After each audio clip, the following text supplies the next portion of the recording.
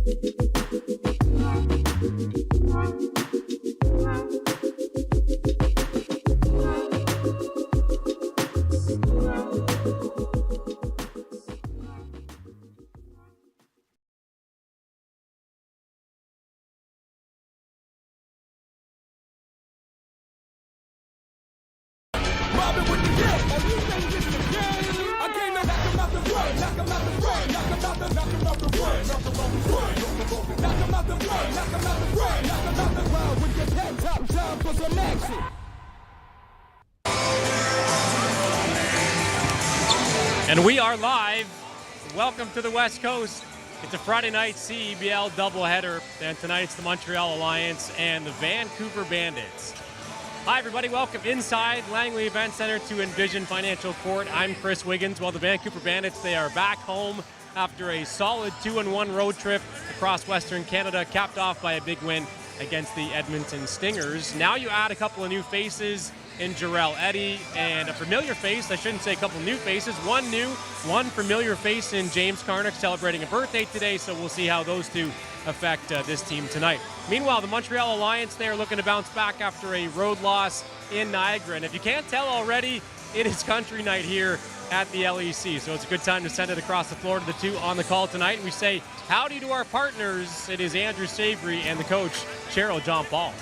Gotta tip the cap to you, Chris. You're looking dapper as always. Dwayne Notice also not active tonight, but of course he's got the hat on as well. And Cheryl, it's the dog days of summer, but this is the Wild West tonight. It's the Bandits and the Montreal Alliance.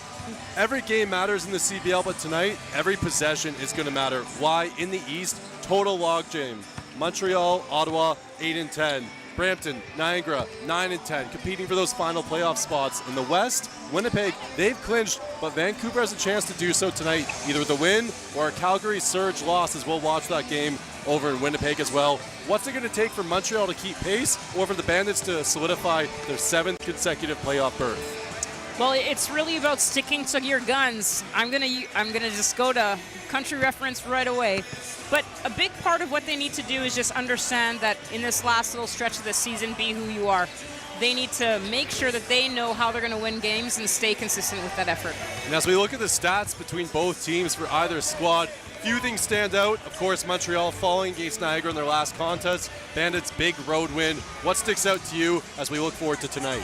Well, we're looking at one of the most potent offensive teams in the Bandits, but we're talking about one of the stingiest defenses in the league as well. So it's really going to come down to the teams that do what they do best and how they're going to consistently do that throughout fourth quarters to have success. Looking up, pick up a big win tonight is interim head coach of the Bandits, Rance Brempong, joined now by Chris Wiggins. Over to you, Chris. Coach, big win in Edmonton after a stumble in Calgary and a couple of days off. What are you looking forward to tonight? I'm looking for consistency. I want our boys to come out with the right mindset, not take anyone lightly, and play winning basketball. And, I'll sound like a broken record with this, but we got to be willing to run on every possession, and we got to be willing to defend on every possession. Jarrell Eddy and James Karnick come in. What are you looking for from those two? I'm looking for them to contribute. I'm looking for them to buy into our culture and, be sharp and ready when their moment is called. Those two are bigs, and you guys have a few bigs already. How are you rotating everybody into the mix? Yeah, we're going to play the best 5 players, but it gives us versatility. It gives us the opportunity to play 2 bigs more often. And with Jarrell, we can move him up and down the lineup. He can play a little bit of 3 as well. Appreciate the time. Good luck tonight. All right, there is head coach of the Vancouver Bandits, Rance Brempong. Guys, back to you. Thanks so much, Chris. Run and gun offense tonight for Rance Brempong. Spoken like a true cowboy. Can't wait for this one tonight. It's the Alliance and the Bandits tip-off right around the corner. Cheryl, don't go anywhere. You're watching CEBL on CBC Gem, YouTube, and CEBL Plus.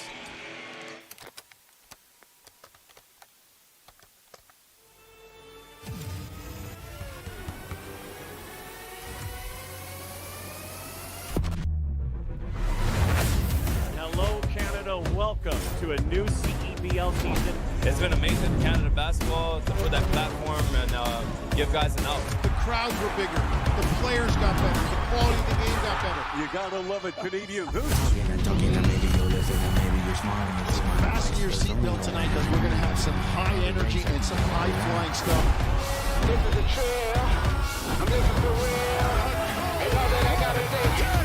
I'm in my zone. No shortage of emotion, no shortage of intensity as anticipated.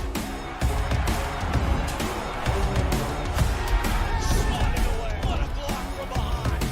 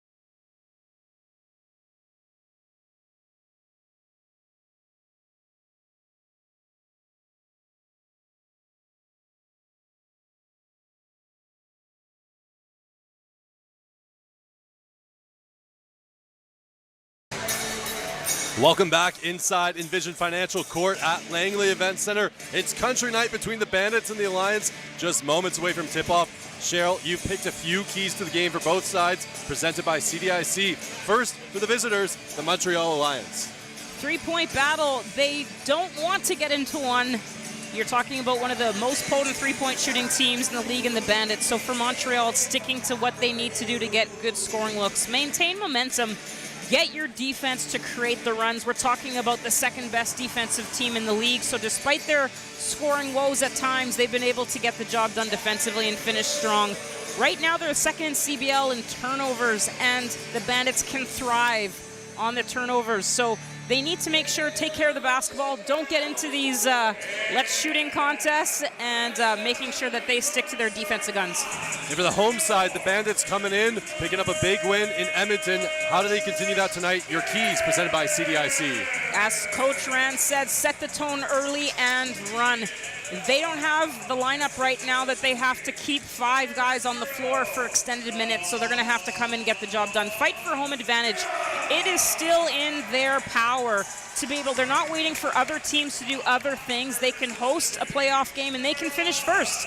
They just have to make sure that they understand the importance of winning this home game in fourth quarter battle.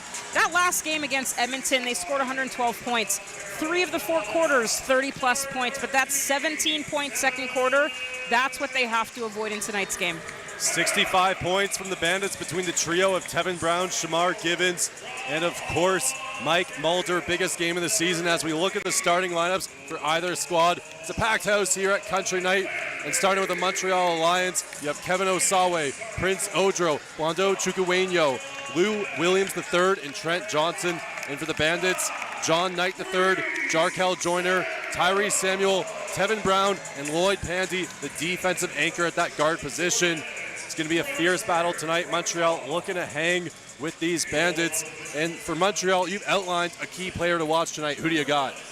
Well, we actually have someone coming off the bench tonight, Jack Hemphill.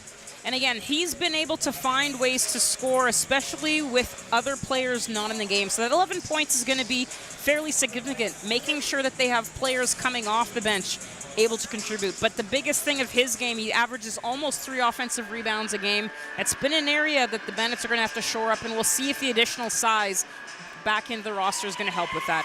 Got to be careful with the 6'10 force that is Jack Hemphill. And for the Bandits, you have Tevin Brown, 20-plus points in multiple games. What do you like in his style of play tonight? Well, one of the major parts of his game is that he's actually averaging 5 made threes per game. And when you have someone who can knock down some of those shots, you have to defend him a certain way, which then allows everyone else to do their work. So he's moving, he's getting good shots, he's taking good shots, and he's been Mr. Clutch. Maybe not knocking down that last shot, but the first 3 or 4 right before then, he's getting the job done and keeping them in games. Has not hit yet a target score winner for Vancouver, but you get the feeling that tonight could be the night, but Montreal can have something to say about that as we look to the head-to-head. Montreal, of course, coming in 1-4 in their last 5. Vancouver 2-3. Both teams looking to be in the win column. Tonight's tip-off is presented by Spalding, the official game ball of the CEBL. Spalding, presenting partner of tip-off, just seconds away as we gear up for this one. Tevin Brown repping the new camo threads in partnership with Realtree. Authentic foliage pattern down the side. You can see it, some orange trim. Montreal walking their pinstripe navy with that light blue and red trim as well. And our officials tonight, crew chief Wasim Husseini, umpires Trevor West, as well as Jackson James. It's going to be a great one for Vancouver. Looking to stay in that win column after defeating Edmonton as the tip-off goes to Montreal.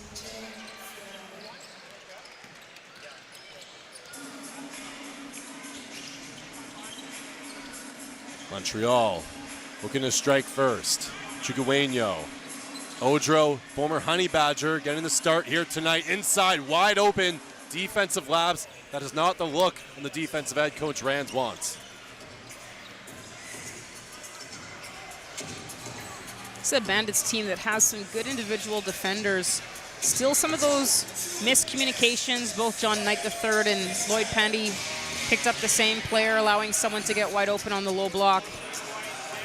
Missing a short one was Pandy. Osawe with the board in his second year with the Alliance.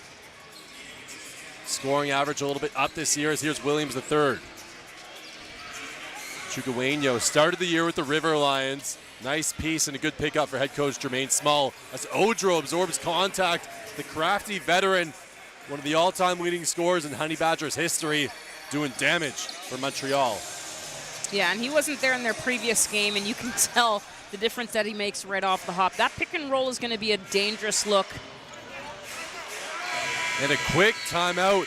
This not the approach on the defensive end Coach Rands wanted. It's a 6-0 run to start. They're going to talk it over Don't go anywhere. Early fourth quarter action. You're watching CBL Hoops live on CBC Gem, YouTube, and CEBL Plus.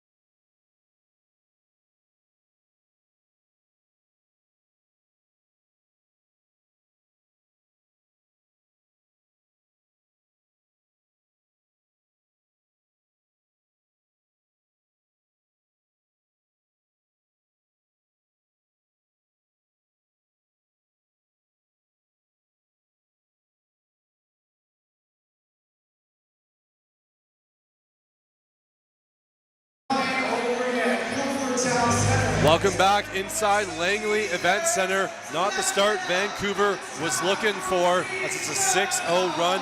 Few looks at the rim, courtesy of the Alliance, and it started on the defensive end. We'll see what they got coming out of the timeout. Of course, tonight's Western Conference game presented by our friends at Cal Tire, the presenting partner of the Western Conference. Vancouver coming in with 11-7 record, trailing by 1 game of these Sea Bears with a 12-6 record. They've already clinched their spot, the second team to do so after the Scarborough Shooting Stars, who's Cheryl. Scarborough 15-3, on pace to potentially have one of the best records in CBL history, if not the best.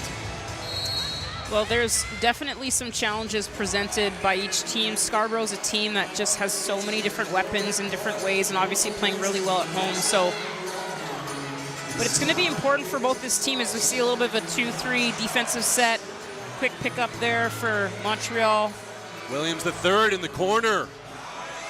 A lot of activity here for Montreal, forcing tons of turnovers. Vancouver commits the fewest turnovers per game, but right now, searching for the first bucket. Still a lid on the basket. Chigueño. Odro's trying to set the screen, frees him up. Doesn't go. Rand's telling them, pushing the tempo. He wants that run and gun. It's country night after all. Here's night third. Turnover charge to Vancouver, starting to rack up right now as we look at the stats so far. Already, that's their third.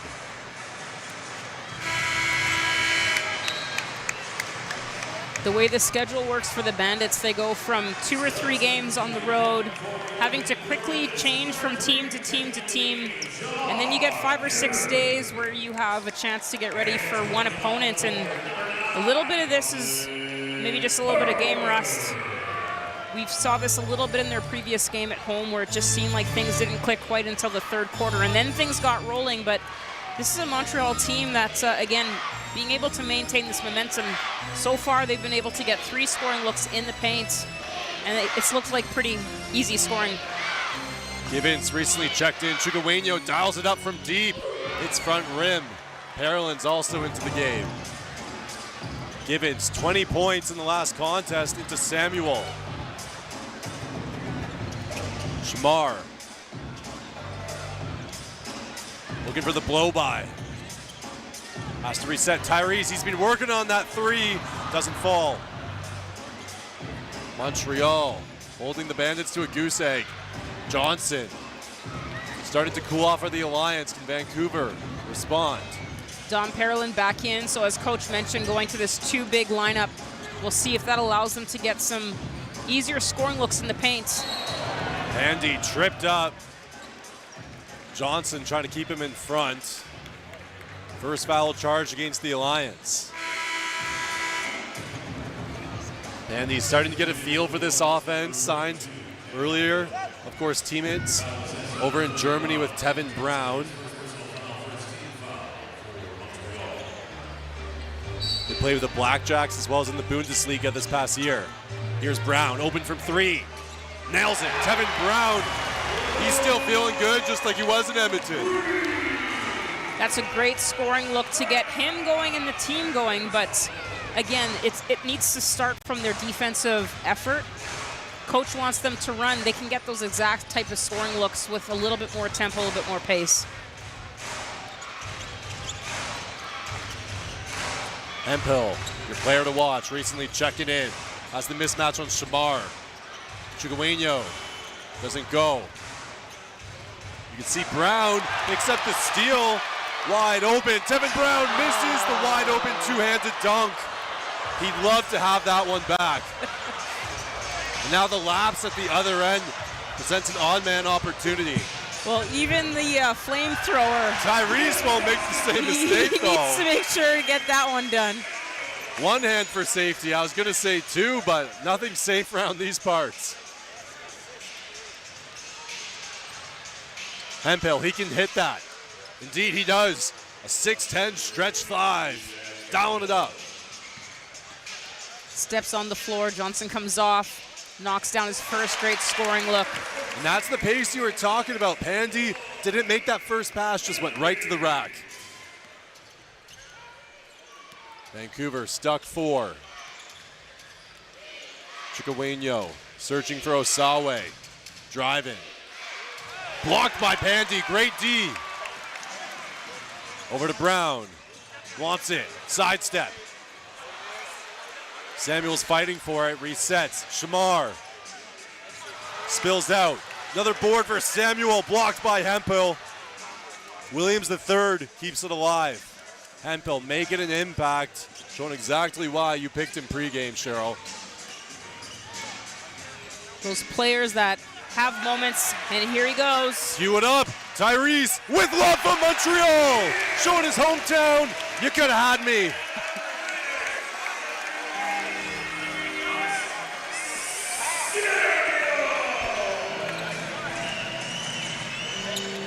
Here's Chigueño. Over to Odro. Bandits now only down 2. Parolin all over Odro. And a steal for Vancouver. Pandy pushing the pace. Inside, decides to go all the way. Can't finish with the left. Brown. Time still on the clock. Samuel from deep. Good looks here for Vancouver. And a steal. Shamar, they need it. Can't get it to fall. That's going to be a foul charge against Pandy. And hey fans, scan the QR code for your chance to win the ultimate CEBL finals trip, courtesy of redtag.ca.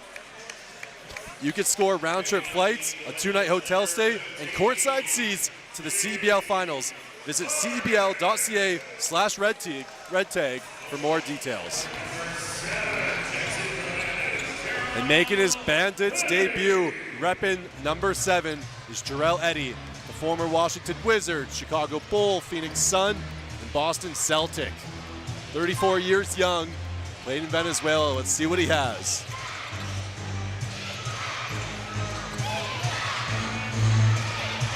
Bouncing around. Looking to gather. Parolin all over Lefebvre. That doesn't go. Carnage, the birthday board, also into the game, gets his first board. Givens. Eddy's got a quick trigger. First shot as a Bandit, he hits it. Jarrell Eddy. With Miller Kopp heading to the NBA Summer League, that ability to catch and shoot and the player that you're going to create scoring looks, that's a great indication that that three-point shot is going to be coming from Jarrell Eddy. Lefebvre, wide open underneath the hoop. Moving really well without the basketball again. Taking that second defensive rotation has always been a little bit late for the Bandits, and Montreal's able to find that soft spot behind the help side defender. Back and forth they go. Karnik, for his first of the season, goes right at Hemphill. Great principle verticality defense right there.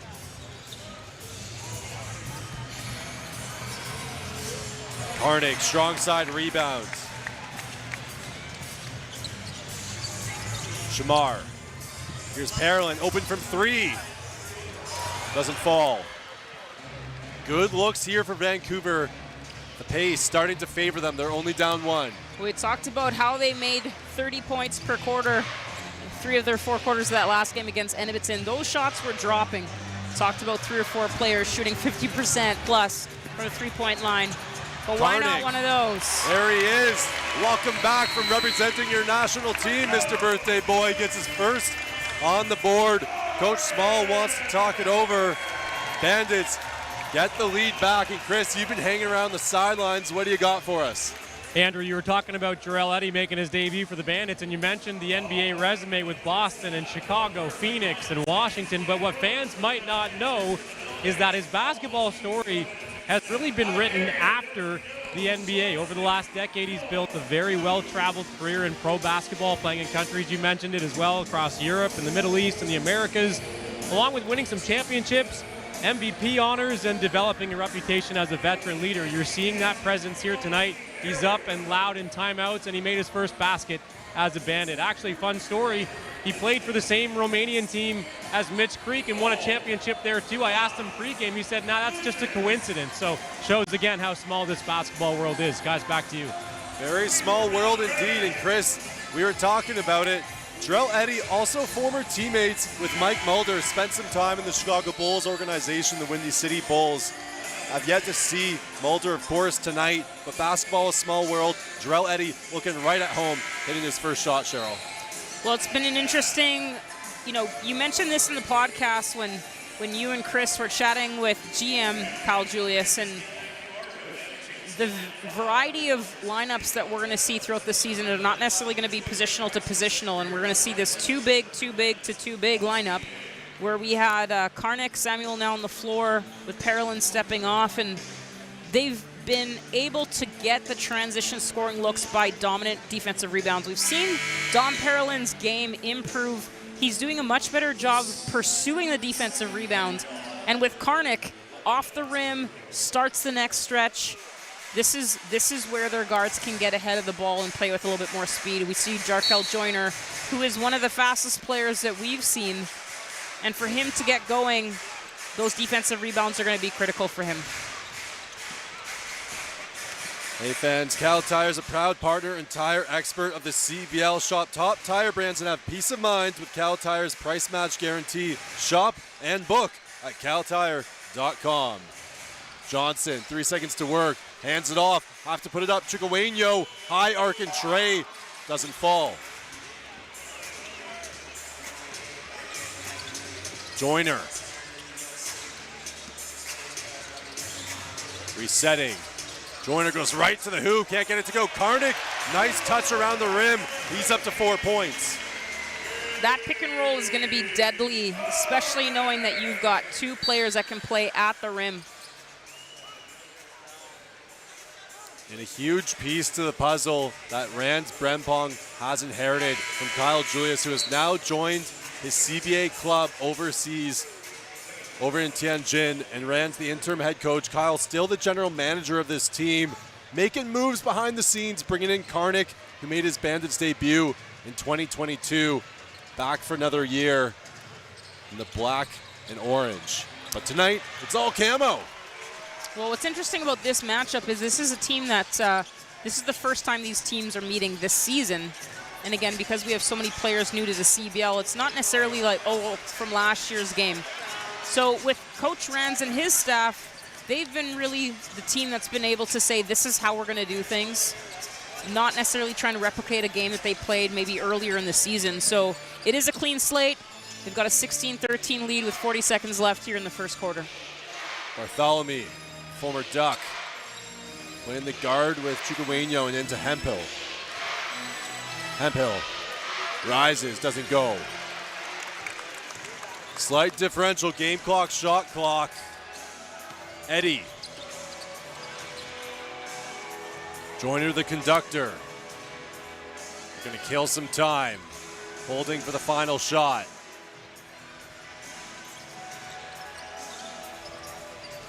Jarkel, blow by Jarkel. Takes some contact, Karnik's there, can't get it. At the board for a moment. There's gonna be time to work with here for Vancouver. Looks like it's going to be about half a second, but the offensive activity around the rim Vancouver, not a great rebounding team. You can see the immediate effect of what a James Cardick brings you. Jarkel Joyner being able to play with speed doesn't necessarily have to finish everything. Carnick does such a great job of timing, and that's probably where Dom Perlin can just really watch and learn how quickly Carnick gets into some of those situations. Jarrell Eddy, a buzzer beater, making himself well known around these parts. And howdy, partner, that's one way to end the first quarter. Vancouver up by 6, 19-13 over the Alliance. Don't go anywhere. Second quarter action right around the corner. You're watching CEBL Hoops live on CBC Gem, YouTube, and CEBL Plus.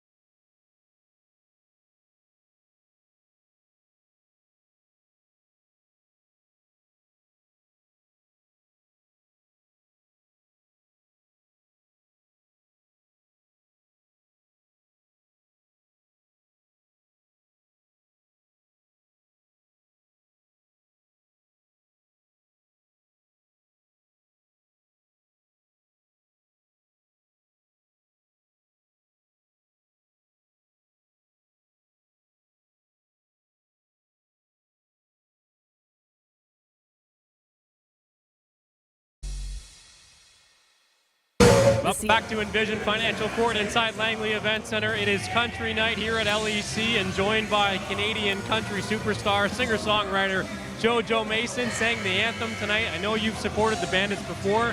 How's the night been so far? Oh my God, unbelievable. I get to bring my little man out here. So being in the community, doing the thing, enjoying some sports, man, love it. Hey, a local guy, live in White Rock, and you mentioned community. You're a big community guy yourself. This organization is too. How great is it for you to be enriched in this community tonight? Man, as a kid growing up, you show up to events like this. You never dream that you're going to be the guy doing the anthem and doing this. So being a part of this community, man, happier than ever, brother. What's new with you? Tell me about some new music. I got a new single out right now. It's called Need to Know. You can find that anywhere you stream your music, man, and big things coming in the next year. Appreciate it. He's going to be a free agent pretty soon, so pick this guy up. There is JoJo Mason. Appreciate the time, man. Appreciate you, brother. All right, we'll send it back to you guys. Thanks so much, Chris. JoJo Mason doing a phenomenal job with the national anthem tonight. And he said, need to know is a need to listen. And for Vancouver, looking to reward him with a dub tonight. But Montreal playing some stingy D, another turnover. Inside to Odro. Hemphill nails it. His second three of the night. He came onto the floor in the first quarter, knocked down that shot, starts the second quarter, knocks it down again. Mulder can't get back in time, misses the gimme. Here's Hemphill, easy board. Coach Rand's thinking about the timeout. Elects not to take it, gonna let him play. Sloppy basketball for Vancouver, great D from Montreal to start the second. Pandy, run on Hemphill, gets to the glass. Crafty move from the former Carleton Raven inside.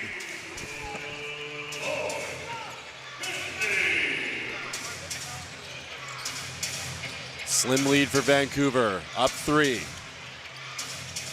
Odro. Big height mismatch on Mulder. We're going to use that physicality. Gets right to the cup. Draws the and one. Prince Odro. One of the most productive bigs on the glass and in the scoring column in CEBL history. The veteran showing exactly why he's a big late season pickup for this Alliance group. Like we said pregame, Cheryl. Tied with Ottawa in the standings. One game behind both Niagara as well as Brampton. And who knows, Prince Odro could lead him to the postseason. Well, this is some of the matchups that they're hunting. Mulder, Hemphill look to attack that matchup in the first quarter. Odro goes to that in the second quarter. It's just one of those rotations, and John Knight, the third, comes in part because he's able to manage some of those post-up guard type of situations a little bit better than some of the other perimeter players, but a little bit lethargic on the offensive side again to start this quarter. You know, the first 2 or 3 minutes, in part because they've been jockeying around so many different lineups. Sometimes you don't know who's supposed to be the engine of the lineups and kind of make some assumptions about perhaps it's that guard or maybe it's going to be this forward. And so, you know, that might be some of the biggest challenges that the Bandits have over the next several games as they head into playoffs, is just trying to figure out who do they want to start games with. Quarters is going to be based on matchups. Is it about tempo? If you want to run, maybe this is not the right lineup for that, but you're kind of in the phase of the season where you need to tweak, but you need to figure out solutions a little bit faster than 3 or 4 minutes into it, because when you're playing a team like a Scarborough, for instance. And that's going to be a foul charge. Looks like it might go against Pandy. We'll await the call as he was fighting for it with Odro. Indeed it is.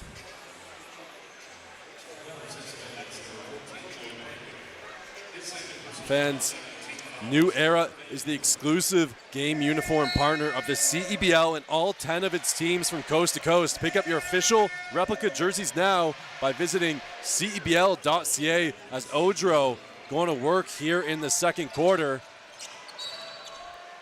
Scores another basket, and Montreal has clawed back the lead.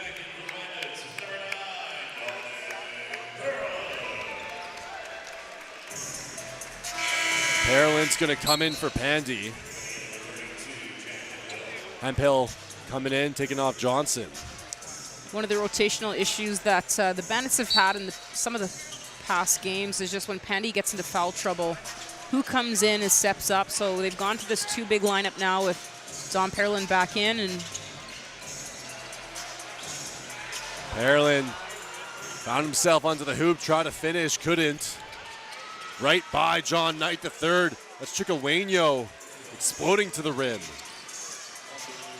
maintaining momentum. Montreal now started both quarters with 2 or 3 really good scoring looks inside the paint. And then they kind of let that slip away. So we'll see if they can maintain this. And obviously getting steals is definitely a great way to maintain your momentum. Osawe right to the hoop, and Montreal off and running full force. They're up 6 in a hurry, not even 3 minutes done in the second quarter. Coach Rands wants to talk it over. Vancouver in a 6-point hole. Don't go anywhere. We got lots more right around the corner. You're watching CBL action live on CBC Gem, CBL Plus, and YouTube.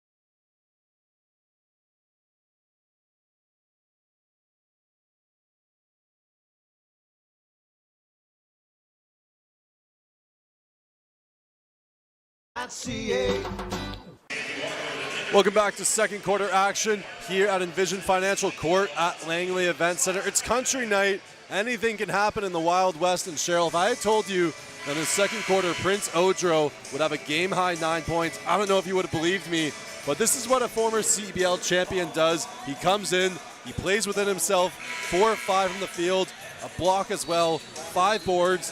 He's playing bigger than anyone else tonight. Well, 20 points in the paint out of their 27 scores so far. They're sticking with their game. They've only taken, they've taken 8 threes, 2 for 8 from the three-point line. The Bandits 3 for 11, and that's definitely an identity piece. They need to be able to knock down. But right now, the timeout as a result of a 9-0 run by the Alliance, and we'll see if their defense can maintain this. So this is where they forced another turnover in this 2-3 zone here. Dom decides to attack that, not able to capitalize. A little bit soft zone in the middle there, but that's a shot that you need to knock down. It's not just the shots he blocks, it's the shots he changes in Prince Odro. Inside of Hemphill, post to post, great pass, great look, and a better finish from Osawe. 16-2 to start the quarter for Montreal as Tyrese gets back on the board.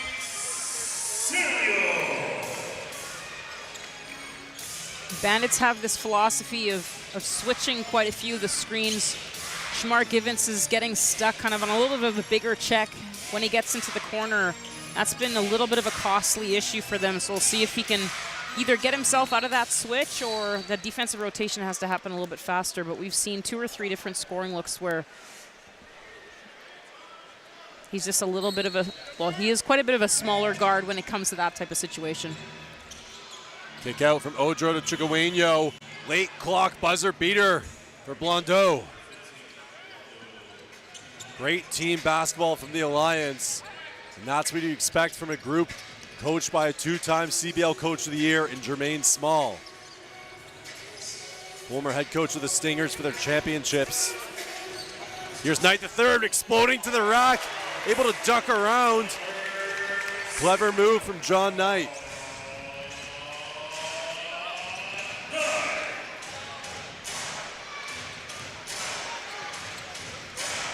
Knight III. Try to keep Chigueño in front of him. It's here to Osawe. Has the size mismatch on Givens. He's going to have to step up. Osawe pulls up. Nails it. Just shoots right over the top using the mismatch. Knight III out of control. Great defensive read by the Alliance. Getting back was Chigueño, and the former River Lion returns home and playing big minutes for his hometown CBL club this year. A really nice midseason pickup for Jermaine Small. During warm-up, we saw John Knight III attack the rim, and the question was, who would make the life choice of stepping in on that? Chigueño made that choice, and he's coming off the floor. He might need to recover from that charge. Lightly winded. I'm sure he'll be back. Lots more basketball right around the corner. Here's Williams III. Givens fighting with Hemphill. Had his arm locked on him. That's definitely going to be a foul call charged against Givens. Don't miss it this year. Lotto Max is giving you even more chances to win with new prizes of $100,000 every draw. Get your Lotto Max ticket now. You must be 18 plus to participate. Inside to Odro. We're going to take the rookie to school. The fader from Odro, and skying up among the rafters was Williams III. Can't get it to fall. Vancouver looking to run. Tevin Brown right to the hoop. They get it to go 3-on-1. Finish to perfection.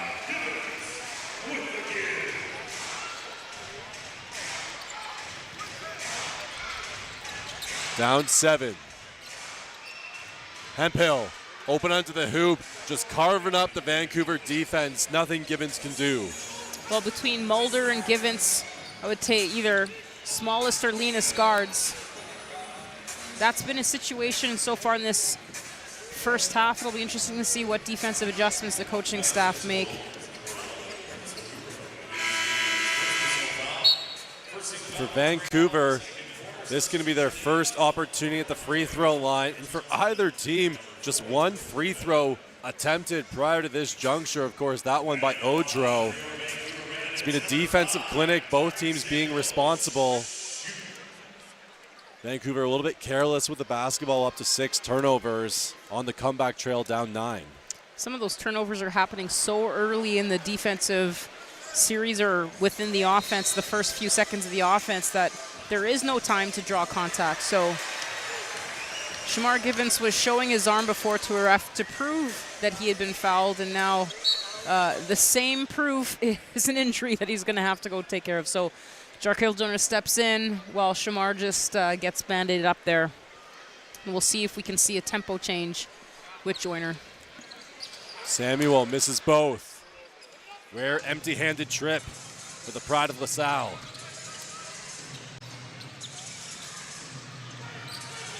Bartholomew.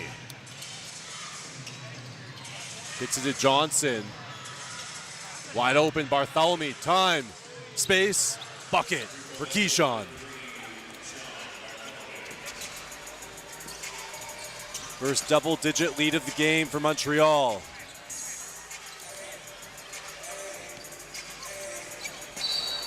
Brown gets tangled up with Williams the third. They're going to call an offensive foul. It's going to be a moving screen against Samuel. That's going to bring him out of the game as Karnik checks in.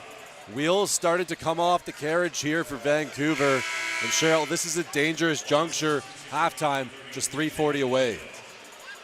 Second quarter against Edmonton, we talked about being one of those blemishes on a very high-scoring game, and we're seeing a little bit of that lackluster play here in the second. And, you know, both teams make a few adjustments. It's about which ones stick.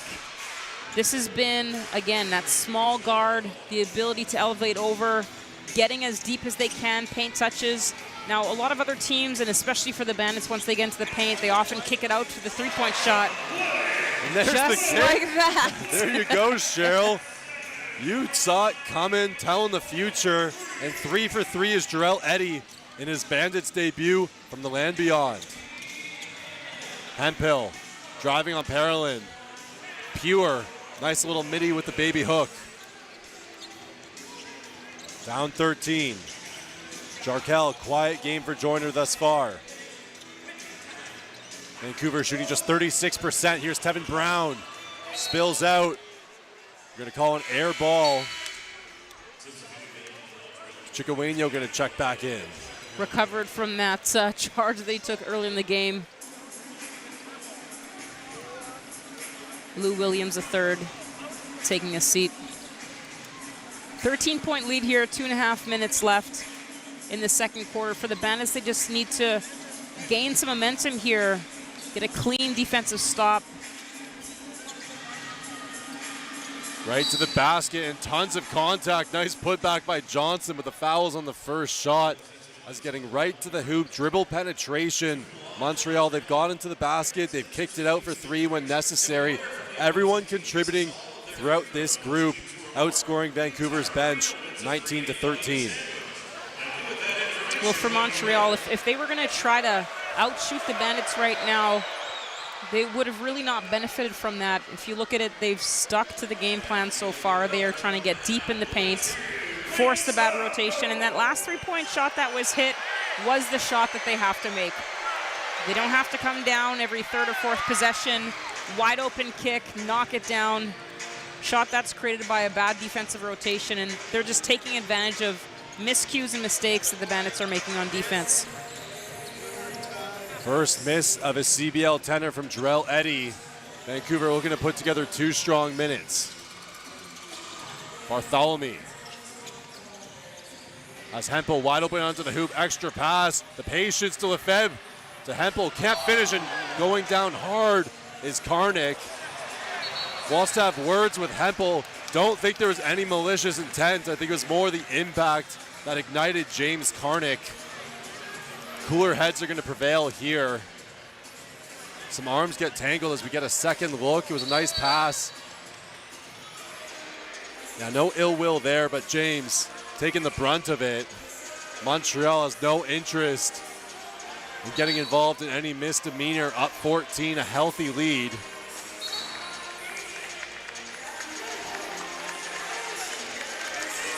As both teams are going to regroup and head back to their bench. Going to talk things over. Right now, a 31-point scoring outburst for the Alliance thus far in this quarter, and we still have 2 minutes to go. Bandits are going to have to decide what they want to do with this. They get a little bit of a reprieve here as the officials are talking about this. So challenge, defensive rebound, pulls his arm down. Karnik didn't love that.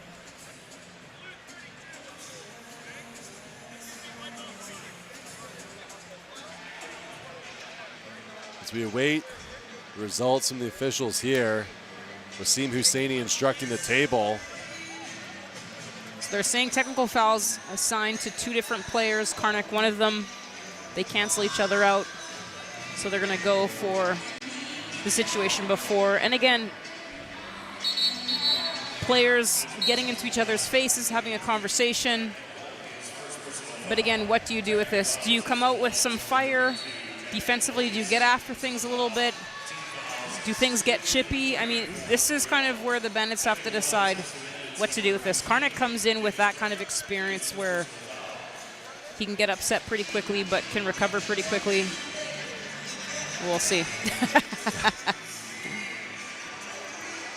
And Joyner right now scoreless. We talked about Jarkel. His scoring numbers have dropped a little bit. He's been in and out of the starting lineup. Sometimes best as a secondary weapon. Team starting to game plan for him.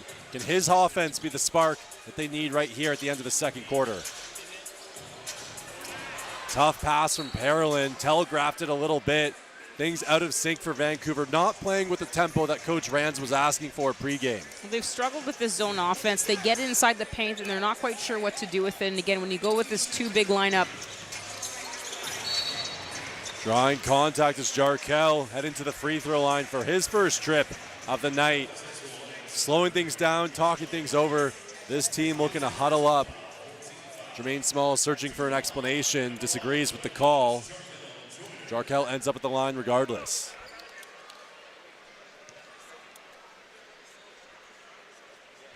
It's the first.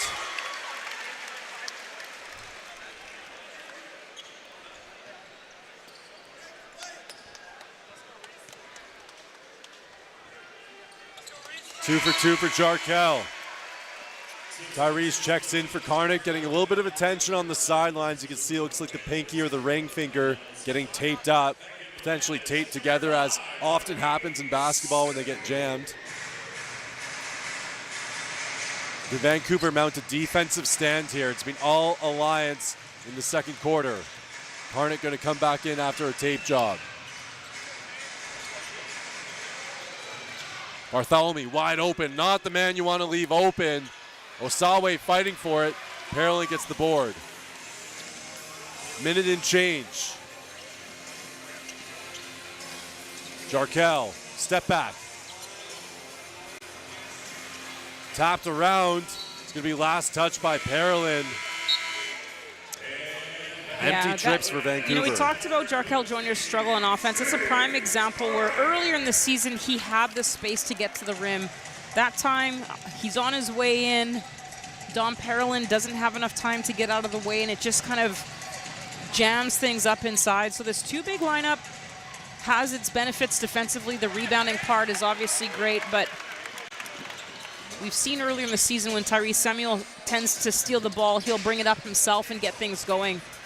Karnik, big to big. That's a nice two-man action that started on the perimeter. Samuel feeds Karnik. Can they get a stop and get it within single digits? 35 seconds left in the second. Odro against Brown. Has some space. Wants to post up on the block. He gets there, rises with a hook. Doesn't go. Vancouver, time to work with. Karnik on the catch. Gets it. James Karnik willing his hometown club back in it. Welcome back to BC, James. Chigueño right to the hoop. Throws up a wild shot. He's going to get called for the travel. This Bandits group starting to get some energy. Karnik imploring the crowd. He says, let's turn this place up a notch. 1 second to work with.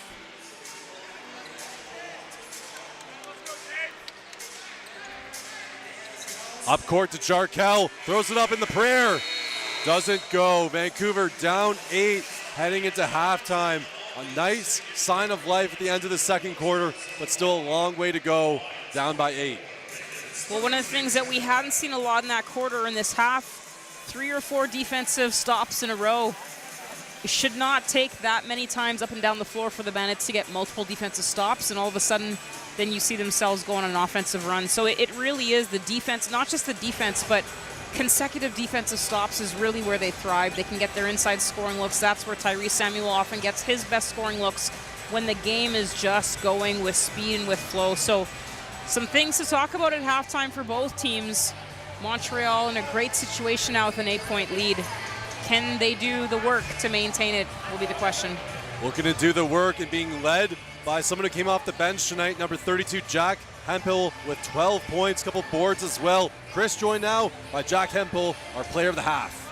Guys leading his team, you guys exploded in the second quarter. What changed offensively for your group? I think we got in a really good rhythm by just getting stops and then try to expose like they're switching on offense for us, and then just getting good shots, man, working the ball around, taking the right shots, playing within ourselves, playing together. You've been very efficient from the floor. What's working offensively for you? Made my first 2 threes, which is always nice, and then just trying to get easy ones, like getting the right shots for me, trying to get easy ones around the basket off their switches. That's been what's working. Little chippy there with James Karnick. What happened? It was a basketball play, and I was like, yo, like, I didn't mean to push you, and I don't know what he was thinking, but, you know, he got each other's face a little bit, but it's all good. All right, good luck in the second half. Thank you. There is Jack Hemphill leading his squad tonight, 12 points so far. Guys, back to you. Thanks so much, Chris. And coming up at the half, we got tons of content for you. We are going to be rewatching the CEBL top plays from the last week. Chris is going to interview Alliance head coach Jermaine Small. We have first half stats. We're going to revisit Cheryl's players to watch. Don't go anywhere. Montreal ahead by 8. You're watching CBL action live on CEBL Plus, CBC Gem, and YouTube.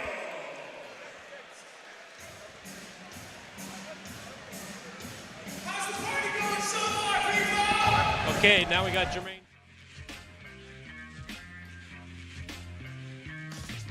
Didn't see who that was. It's going to be Jack getting the bucket.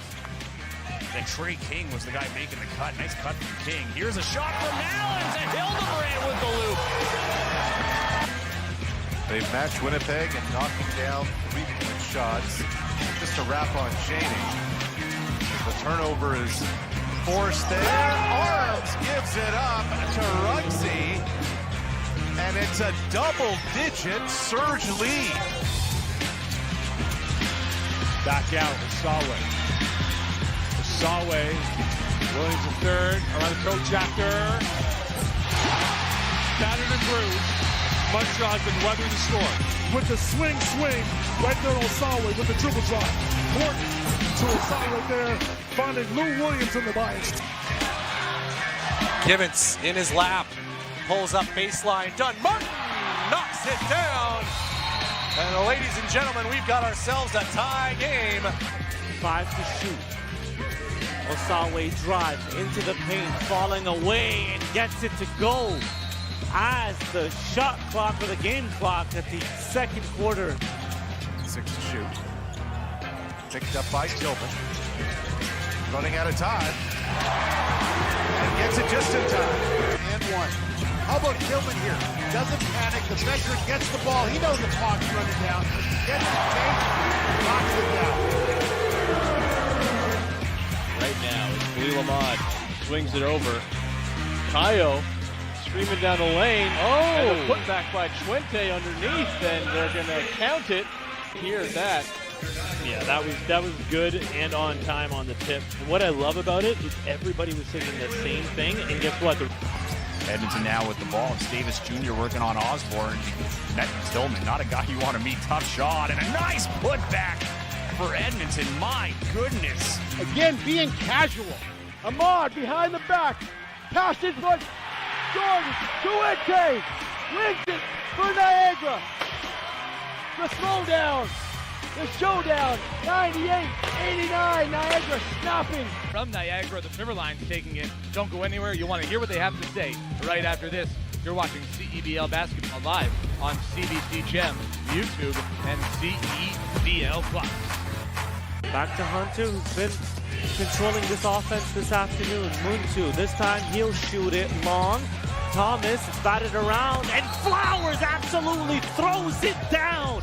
Poster, one more at the line coming for Flowers. Yeah, and we're about to see that highlight. Thomas was not able to grab that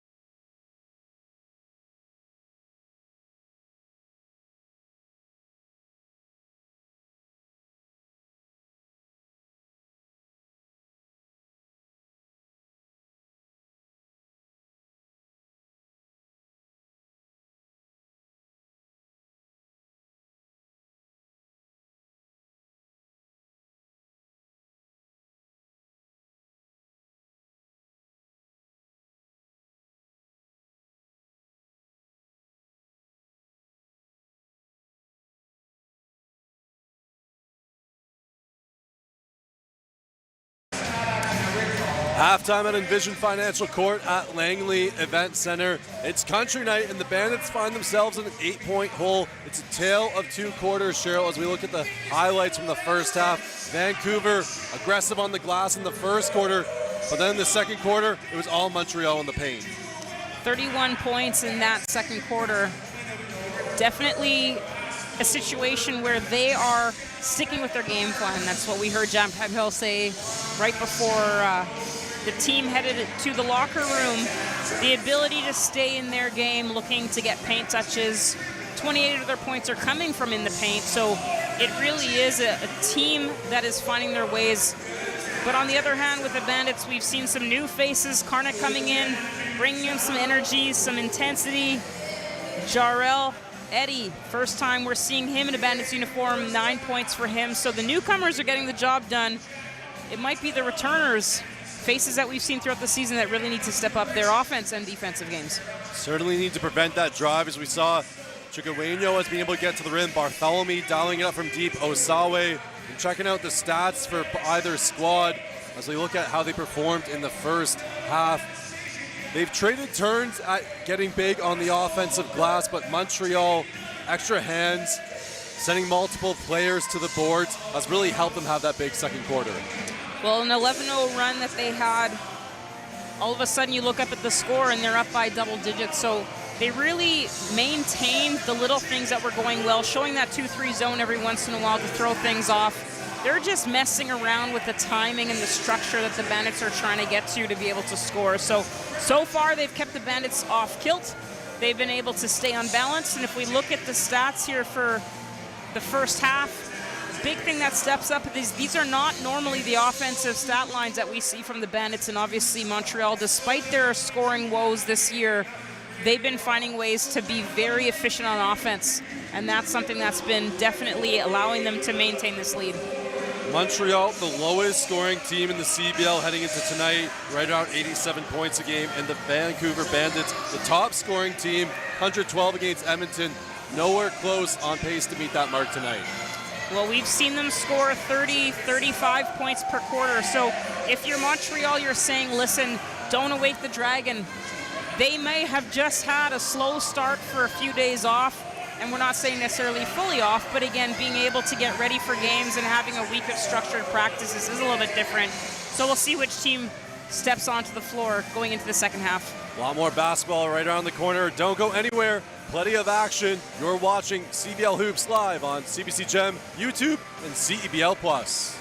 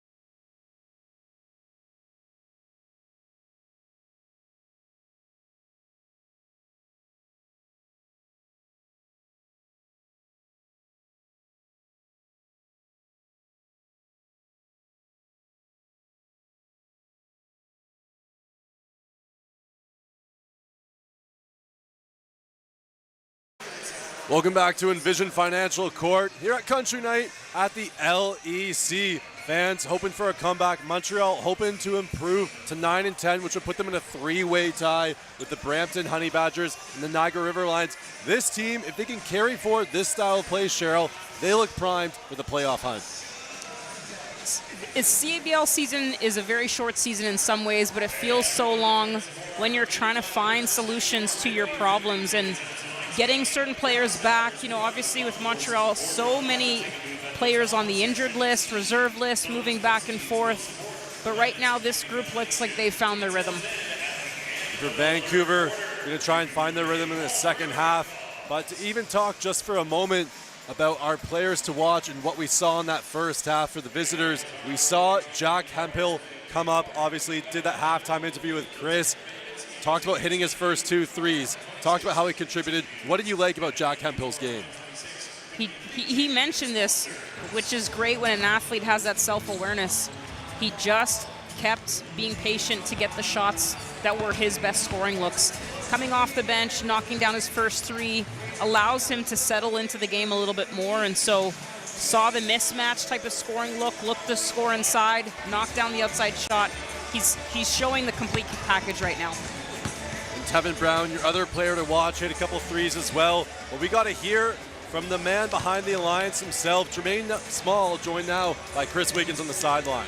Coach, overall thoughts on the first half? You guys exploded in the second quarter. Yeah, I mean, we started rebounding the ball, and then we made some shots, and we played with confidence, and that's all I try to instill. Yeah, you guys are attacking Vancouver's switches. How do you maintain that in the second half?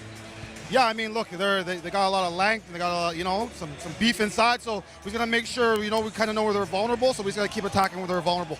Jack Hemphill coming off the bench tonight, leading your group so far. What do you like from him? Yeah, I know his ability to play inside and out, especially with his size. So, like I talked about their size, he can compete with those guys, and then he's got ability to stretch them out. Appreciate the time. Good luck in the second half. Thank you. All right, there is head coach of the Montreal Alliance, Jermaine Small. Guys, back to you. Thanks so much, Chris. Jermaine Small, totally locked in, looking to bring a winning culture to this Alliance group. Never had a season above 500. They hosted championship weekend once, lost in that contest, of course, in the semifinals, the conference finals, that is. And as we now look and turn our heads right around the corner from the playoffs, it's hard to believe it's time for the Red Take Path to the Playoffs update. Here's how the standings are shaping up right now. The Eastern Conference, presented by Lotto Max, and the Western Conference, presented by Cal Tire. We said how with a Vancouver win tonight, the Bandits will be in the playoffs. With the Winnipeg Sea-Bears win over the Calgary Surge, that game in progress, the Bandits are also in the playoffs. But as we look at the Eastern Conference, presented by Lotto Max, Scarborough, they've clinched. But look at the logjam that we were talking about 2 through 5. Well, if you're Montreal right now, you know that this is not just a Bandits game right now, that you're up by 8 and you're doing some really good things, but you're going to see this team again in about 11 days at home. So to be able to get a road win is going to be so critical. And if you look at this logjam, it's really going to be about understanding the importance of every single game, not just waiting for these home games or these home stretches. You're going to have to find a way to do it on the road. And for a team like Montreal, who's just one game away from being all the way into second place, so many things could change that you really just have to stay in the moment that you're in. They're doing a great job of that so far, so we'll see what we see in the second half. Looking to be road warriors. Montreal, their away record heading into this one, 3-5. Vancouver, their home record, 6-3. Last weekend dropped both against the Surge and the Stingers. And don't look now, the Surge currently up by 14 over the Sea-Bears, searching for their 4th straight win. Dave Diavero has really turned around that team. Well, if you think through some of the early challenges, one of the things that any coach will say is that if you can direct traffic when you're going through some difficult things, it can really prove to serve some promising things in the future when it comes to your team's resilience. And so obviously that team is starting to believe in what they're doing. And again, they've had Winnipeg's number and they've had the Bandits' number, so they're not afraid to go against the top 2 teams in their conference. Rugsy, Matthew Kamba, Javante Brown, even more in that supporting cast, Addie Patterson. We're locked in here on this one, the Alliance. And Williams III looking for a big start to this quarter. And who else but Odro to get the O board. Bounce pass inside to Osawe. Samuels there, throws up a prayer. and Osawe somehow manages to muscle it in. After sitting for a while, Pandy, with those 2 fouls in that second quarter, back on the floor. Here we see a little bit of that zone again. This is a one big lineup now that the Bandits are showing. They've been working on that even in their pregame situation, that little floater, trying to find that soft spot of the defense. We've seen that from a few different players. Now we see that one knocked down, and we'll see if the 2-3 zone stays now that they've found that soft spot. Osawe checked by Brown. Rise, fires, doesn't go. Another offensive rebound, can't allow that to happen. Inside again to Osawe, all the moves in the playbook. Osawe, blocked from behind, still has it. Dials it up. Osawe, 5 points for Kevin Osawe to start the third quarter. Tonight's Western Conference game presented by Cal Tire, the presenting partner of the Western Conference.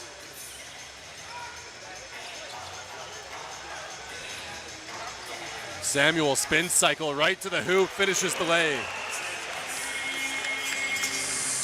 We've seen him hunt that matchup. We know he loves that spin move. It's a great scoring look against the zone.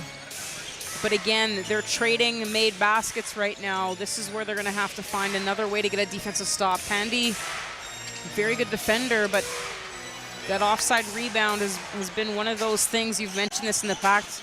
The ability to defend and board sometimes, if you don't have that too big lineup, the guards have to get the job done. Joyner joins in on the action, having fun with it, hoping to get the crowd energized. First 3 of the half for Vancouver. Johnson in tight, checked by Brown, gets the friendly roll. Montreal getting the ball up court in a hurry using no clock. Joyner inside to Samuel. Pandy with muscle, with force, passed it around, drew a foul. Ball's going to stay with Vancouver.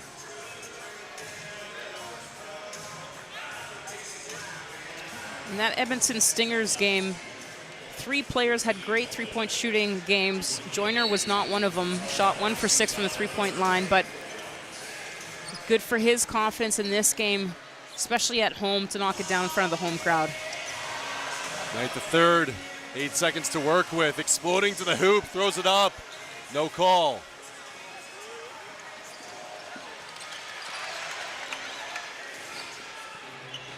Osawe to Johnson.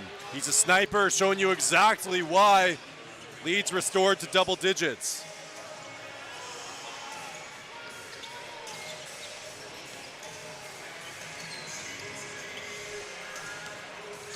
Joyner looking for his second 3 of the half.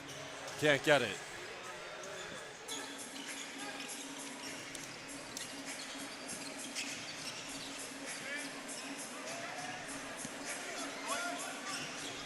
Chigueño. Osawe, he's been a force. Tough matchup for Jarkel. Bats it around. Williams the third has to get it up in a hurry. He does. Williams the third. Tough 3, better finish. Jarkel pushing the tempo a little bit. Brown finishes the layup. Tevin Brown. Hey, Bandits fans, you got to keep bringing the energy every night. You can be part of it this season. Tickets are available by scanning the QR code or visiting thebandits.ca/tickets. Odro with force. The putback.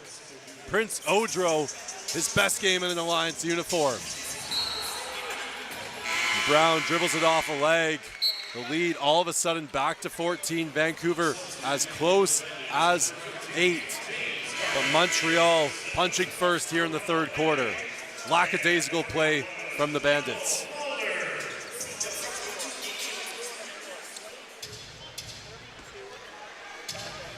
Getting to that point where you don't have a lot of clock to work with here.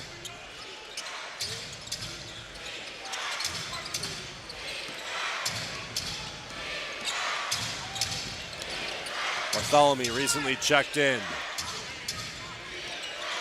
Blows by. Keyshawn drives. Gets it a kiss off glass. Largest lead here at 16. They're We've getting seen these the good. these mismatches. They're getting them as deep as they can and just settling for that mid-range, and it's working for them. Garkel calls his own number from 3, spills out. Fighting for it with Samuel, empty possessions, racking up here for Vancouver. Stuck 16. That's going to be charged against Karnik. And right now, this hometown crowd being treated to the good, the bad, and the ugly, as things going from one thing to another. As a good view of that recent call, Odro bowls over Karnik. Odro had some extracurricular conversation there and gets teed up, so that's why you see, despite the call on Karnik, the Bandits will be shooting free throws, and then we'll go from there. Don't go anywhere, folks. We got a quick break and free throws right after the jump. Bandits down 16. The Alliance onslaught continues. You're watching CBL action live on CBL Plus, CBC Sports YouTube, and CBC Gem.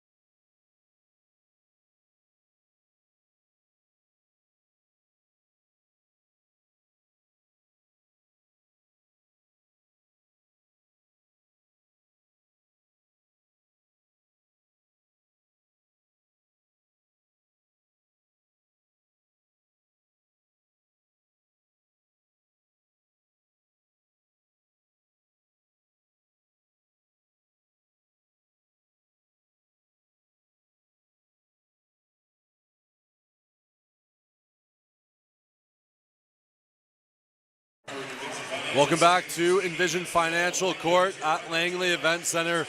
And the Vancouver Bandits, repping the white and camo, are stuck right in the middle of a comeback trail. They're going to have free throws in a moment. But Cheryl, Coach Rand, he's asked for pace. He's asked for tempo. He's asked them to control the glass. But here in the third quarter, the flat-footed approach that crippled them in the second seems to be wreaking havoc once again. You're going to have to decide how you want to try to win this game for both teams. If you're the Bandits, do you want to believe that your defense can get you back in this game? Is it going to come from the three-point line? They seem to be searching for different offensive solutions every single time down the floor. If you're Montreal, can you stay disciplined enough to maintain what you've been doing? A little bit of a run there. They're letting the runs fall very short. The Bandits are able to build very little momentum. And again, now we have this lineup. Prince Odro has been a force inside with 11 points. Asawe's come alive a little bit after a little bit of a slow start. 13 points for him and 12 for Jack Hemphill, who again hasn't scored in this second half yet until he knocked down that mid-range jumper. And the players are just staying within their game, and they're getting the best scoring looks for themselves. And it's something that, again, every time that there's a new piece on the roster, the Bandits seem to lose a little bit of a how are we trying to do this? And again, especially if the three's not dropping. As Williams, the third, gets right into the grill of Mulder, and a turnover from Gibbons turns into 2 points the other way. We saw him sky for that board earlier in the game, and he definitely uses his ability to get in the air, to shoot over sometimes not even the smaller defender, just the defender that's on the floor. Bartholomew hits the deck. Eddie stops the fast break. Keyshawn wants an explanation. Eddie stopping the ball, and right now when you're down by this much, dangerously floating around a 20-point deficit, you're forcing players to score in bunches. You're forcing your team to hurry up the offense. And right now, Vancouver playing out of their system and unable to convert on the opportunities that they have had. Well, if we saw who typically has been shifting the momentum for them in previous games, Tevin Brown has been one of those players being able to come in that last home win, hit 2 or 3 big shots in the fourth quarter just when it felt like the game was getting out of hand. So not on the floor right now. 2 new faces. Bartholomew wide open. Time, space in the bucket for Keyshawn. Rands wants to talk it over. His Bandits group stuck 22 right now. And they got a leaky gasket because they're just bleeding all over the place. And Montreal, they're hunting right now. They smell that blood. They're right in the middle of the playoff push. And they just want this ball game a little bit more. Well, in some ways, earlier in the season, we saw this when the Mamba were kind of the team that wasn't doing as well, and the Bandits had a little bit of a lackluster approach to that roster. I would say similar here, where the Bandits seem to be forgetting that they're playing a team that's playing for their lives. It looks like one team right now is playing playoff basketball, and when you start getting into this last quarter of the season, this is where you really have to decide. You have to do a little bit of soul searching. As Coach mentioned, with some of the new players coming into this roster, there's a little bit of that, do we have some buy-in? And the buy-in doesn't seem to be there just yet, so we'll see if they can find some momentum before they head into this fourth quarter. It is not hyperbole to say that this is the most crucial 4-minute period of this game. And Chris, you had your head right in the middle of that huddle with Coach Rands. What do you got for us? Not a great scene on that side of the floor. Coach Rands, that's about as angry as I've ever seen him, saying to these guys, I thought you were ready to play. Why isn't anybody showing me effort? And why can't I get 5 guys on the floor at the same time that can work together?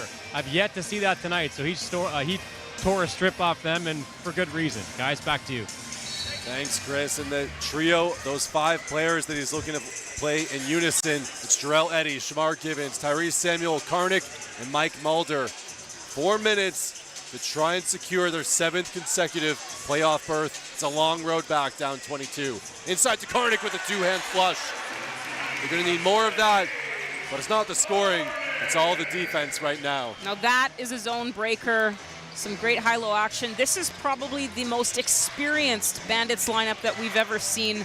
Mulder, Eddy, Karnick. You have players that have played NBA experience, national team experience.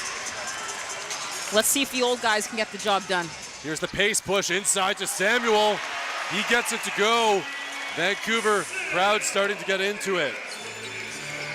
Those have been 2 of the easiest scoring looks that the Bandits have created so far. And again, unselfish play, Coach Rands, motivation, check mark. Williams the third, crossover, gets him in a blender. Johnson, he can hit that. Eddy flies by, they get the board. Givens, up tempo here, Shamar. Samuel, right by Odro, pulls out the Euro, draws contact. He's gonna head to the line for 2 shots. Tyrese Samuel looking to lead his squad back in it. And guess what? If you're living in Montreal, you gotta bring your crew and experience a game day like never before. Get Alliance tickets by scanning the QR code or by visiting alliance-montreal.ca/tickets.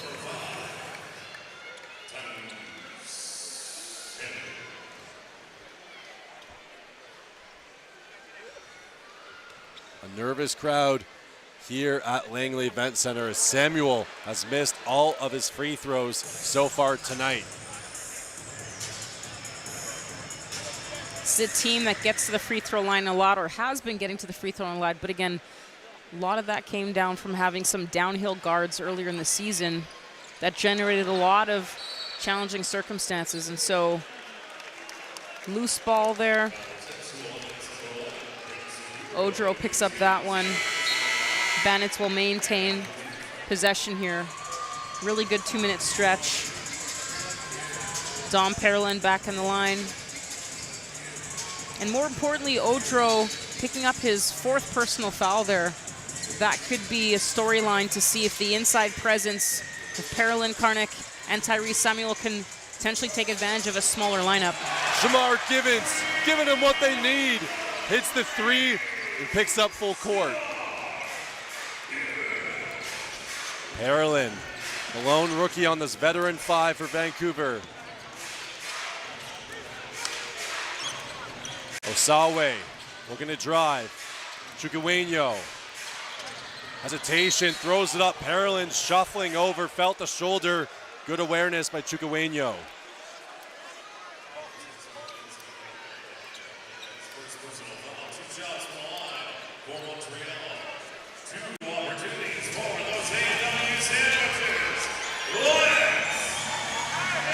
If you're Montreal, this is a little bit of that break that you needed to gather yourself. It's been a little bit of a scoring run here for the Bandits. And the fans want their sandwich. They're hungry, but I think they trade a sandwich for a win right now. They want postseason basketball at the LEC. Everyone on their feet here at Country Night as Blondeau splits a pair. Bartholomew checks back in.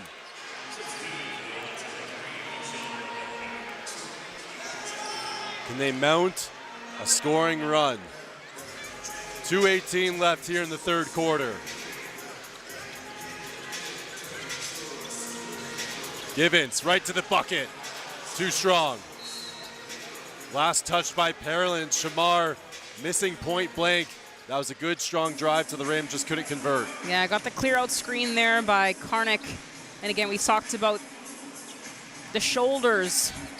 Twin towers here with Dom Pereland and Karnik, and that's a shot that Gibbons needs to make, especially when you're down. Too much time and space for Blondeau as Chukwuemeka hits it.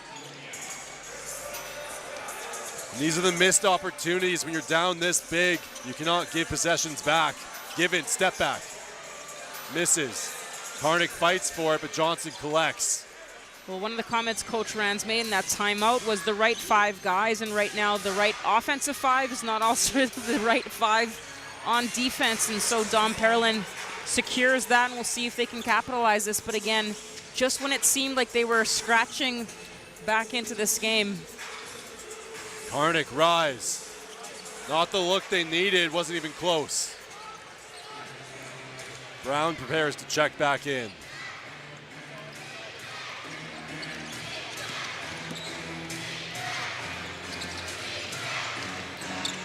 Chukwuemeka right past Mulder, too easy, extra pass. Look at the activity from Montreal. They're just sending bodies to the rack. Lefebvre was there, and the energy, the athleticism. This is just a hungrier team that wants to get to the postseason. Vancouver a little bit on their back heels here tonight. Being able to play with length is one thing, and the Bandits have relied quite heavily on trying to establish some of the shot blocking and using their length to challenge, but sometimes it does, like you said, comes down to just pure effort, wanting the ball, and despite not getting a clean offensive rebound, Montreal still maintains possession here. Osawe rises up, doesn't go, batted around, board to Vancouver, chance to go 2 for 1.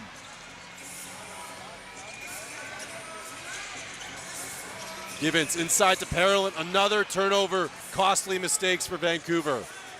Montreal, the defense, able to seal out the players every time they get into that offensive set on the block. 5-second differential, game clock, shot clock. Chukwuemeka on Gibbons, using his size. Brown bats it around. Blondeau collects. Pereland can't get there in time. It's just those 50-50 balls wreaking havoc as Shamar rises from half court. He hits it! Shamar bringing his spark plug into LEC. Can that be what Vancouver needs to get back in it? Hail Marys, I mean, do they have about 14 more of those? Knocks down that shot, but again, talk about the ability to create. Right now, you're looking at a team that's averaging 88 points a game, and they've scored 74 already in 3 quarters. The effort has to be on the defensive side of things. And again, we're at this point now where, you know, down 74-56, you're going to need 3 or 4 stops consecutively, like multiple times, going on runs, owning the first 3 or 4 minutes of this fourth quarter. Can they lock it down? Fourth quarter, right around the corner. You're watching CEBL action live on CBC Gem, CEBL Plus, and YouTube.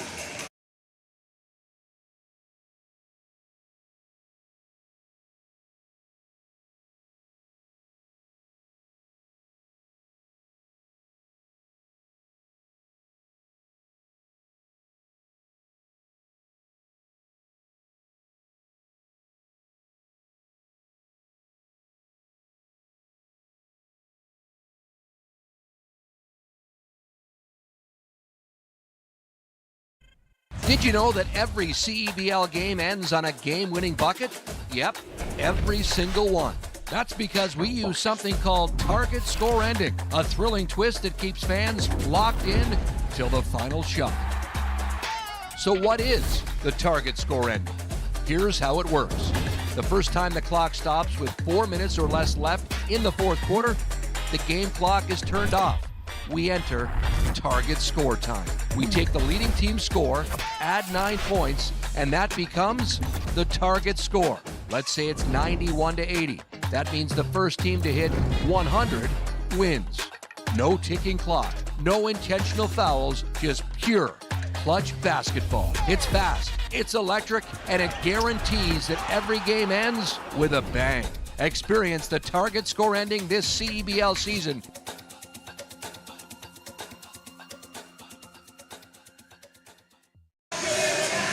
Welcome back to Vancouver. Time now for the Cruise of the Game presented by Cal Tire. And Tyrese Samuel says, "Giddy up, Bandits fans." Throws down the windmill with a little bit of extra zest. Some Southern barbecue on that one. It was pretty. And they're going to need Tyrese in a big, big way here on Country Night in order to send the fans home happy. Bandits were down 8 at halftime. The hole has been dug deeper, down 18, Cheryl. How do they get back out of this? They're going to have to force the issue. If you look at Montreal, a team that's turning it over 14, 15 times a game, they only have 6 turnovers, and they did not have a single turnover in that third quarter. So the Bandits are not just going to have to play defense. They're going to have to find a way to force Montreal into making mistakes. They've been playing almost picture-perfect offense. Parolin goes hard to the rack. Nice spin move, a good decision to go hard. Rotating over late. We're the Alliance. Get into the free throw line. And you mentioned it, Vancouver, one of the best teams in terms of making free throws, usually 16 a night, but tonight just 3 of 7.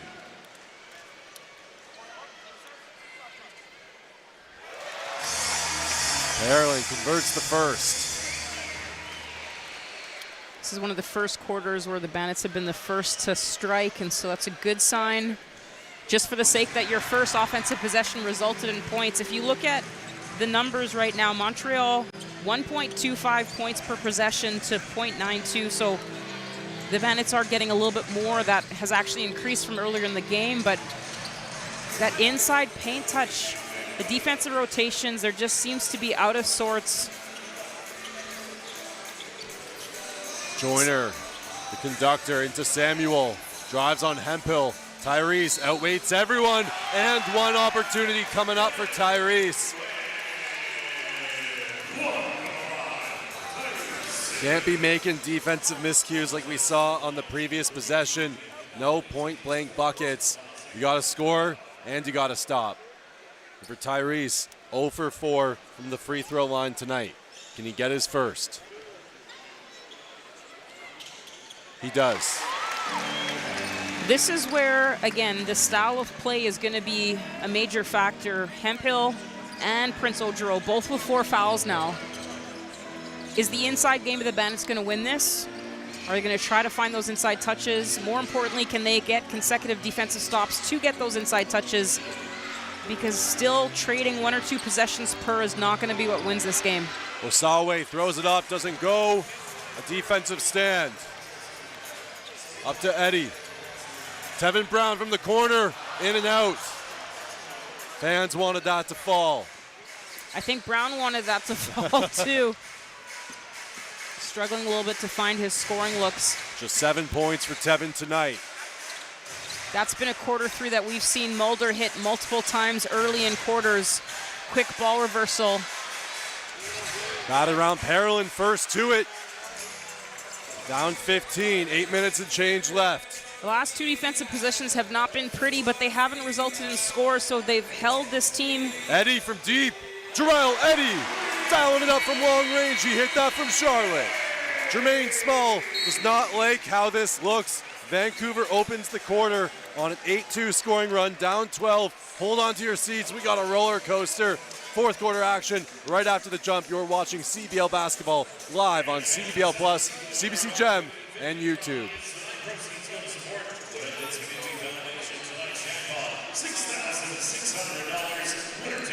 And hey, fans, got to check out the next games coming up. The playoff race still going on. The Montreal Lions continue their Western road trip with a trip to the Manitoba capital to take on Teddy Allen and the Sea Bears from the Canada Life Centre. Tip-off Sunday at 5 p.m. Central, 6 p.m. Eastern. And on the home side, the Bandits are going to travel to Calgary for a meeting with the Surge, chance at redemption after dropping the last one at the Saddle Dome, for what could be a potential Cal Tire Western Conference first round playoff preview this Tuesday. Action begins at 7:30 Mountain, 6:30 Pacific. Vancouver going on a run to start the fourth quarter here, down 12. Still a long way to claw back, but signs of life from these Bandits. 8-2 scoring run to start this fourth quarter. But again, figuring out what each lineup is intending to do might be part of the concern. Who is the focal point when Samuel comes onto the floor? Is that the scoring look that they want? Tevin Brown, that's the corner three that they need. He doesn't knock it down, but keep going back to those scoring looks. Those are the shots that you need to create. And so Odro back on the floor. Obviously that inside presence. Here's this matchup that they've been hunting. Odro had the mismatch. It's going to be on the ground as Brown just wraps him up. Smart foul on that one. You're not in foul trouble. Don't give them any momentum. There seems to be a little bit more of a sense of urgency with that foul. Not leaving the shooter open. We'll see if there's a switch here. Odro checked by Perrin, looks to go to the basket. Lost it. Williams the third extra pass. Odro can't finish, point blank. Joyner collects. Pushing the tempo. Jarkel, giddy up LEC. Yeehaw, Bandits fans. They're down 10.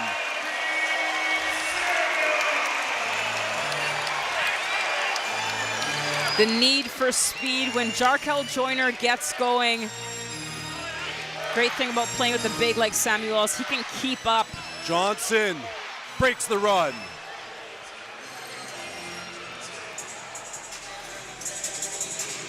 Extra pass favoring Montreal. Johnson was pure. Here's Perlin. Kicked out. Joyner with the pump fake. Samuel dials it up. He hits it. The response from Tyrese.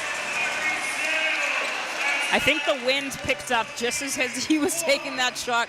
Because from where we're sitting, that did not look like it was going to fall. But again, down by 10, knowing what they need to take away. Can they force a turnover on this situation? No. Chigueño throws it up. Can't get the roll. Joyner on Johnson, can't get it to fall either. Chigueño slowing things down. 2.5 from target score. Transition defense. Montreal has done such a great job. And again, we talked about one of the best defensive teams. They protect the charge circle in transition. Bartholomew nails it. He's having fun out there. The first-year pro, the Montreal kid. Joyner. Eddie trying to free himself up. Goes to the rack. Jarrell Eddie absorbs contact and finishes through harm. Dom Perlin doing a great job of creating that lane for him. That's the layup that Shamar Givens missed a little bit earlier, knocking that down. But again, 11. These are not, especially heading into target score ending, do you want to keep trading baskets right now? That's going to go against Eddie as Karnik prepares to check in. And the good thing for the Bandits is that it hasn't triggered target score ending time, so there's still a little time to get this to single digits. 1 or 2 good defensive positions here, putting themselves in a situation where they know what their opponent is trying to get to. A little bit late getting to the shooters. Now's not the time for Montreal to be able to knock down some of those open threes. Odro goes right to the hoop, but Perlin steps in. Possession's going to stick with Montreal. As Perlin tied him up, Odro got the step on Karnik. Might have gone away with a foul call as Karnik was hooking the arm.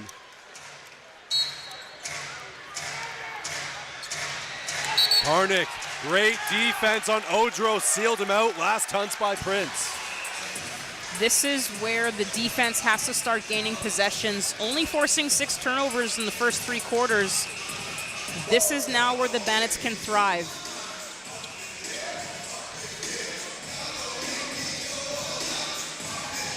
Joyner.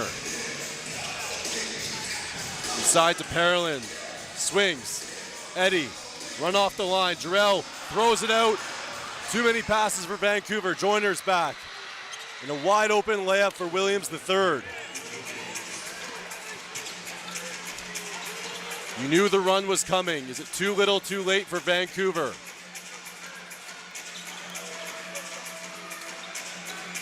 Joyner from distance. Jarkel cans it.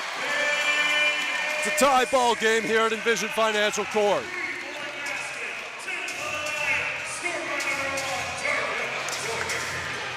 This is the switch that Hemphill's been looking for. Bartholomew leaves it short. Karnik wants to push. The kick. Jarkel. Karnik collects. Karnik blocked by Hemphill. Proving exactly why he was worth every dollar as a mid-season pickup. Playing with 4 fouls, swatting it aside.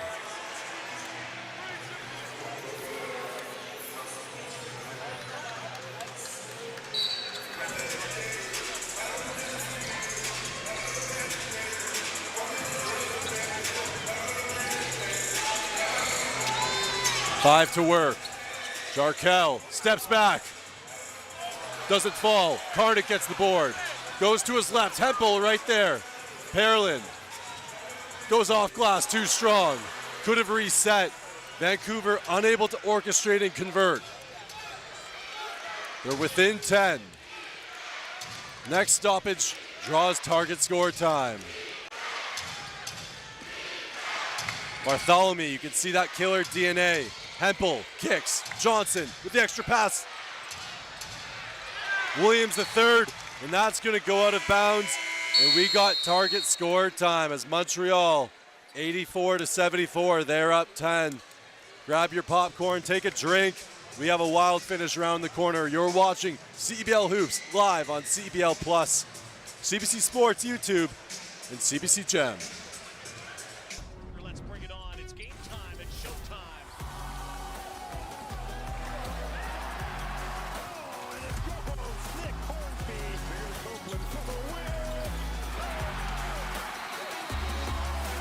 You gotta love a Canadian boost.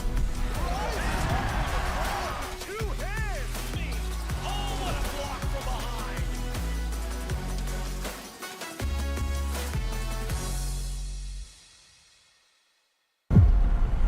Next bucket wins. Target score time is the best time of a game. The energy, the drama. That anything can happen.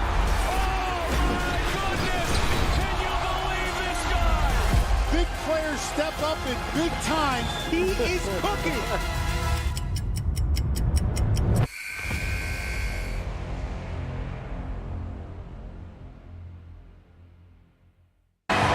Welcome back to the most thrilling finish in all of global professional basketball. It's target score time here at Langley Event Center. And what a ride it's been. Montreal heavily outscoring Vancouver in the second and third quarters, but Vancouver winning the fourth, 18-10. The only question now is, do they have enough in the tank to hold Montreal from pulling this one out? The target score has been set at 93. It's going to take 19 points for Vancouver to get there. And for Montreal, looking to pick up a win before they head out to Manitoba to take on Teddy Allen and the Sea Bears before Vancouver heads out to Calgary. And Calgary tonight out against those same Sea Bears.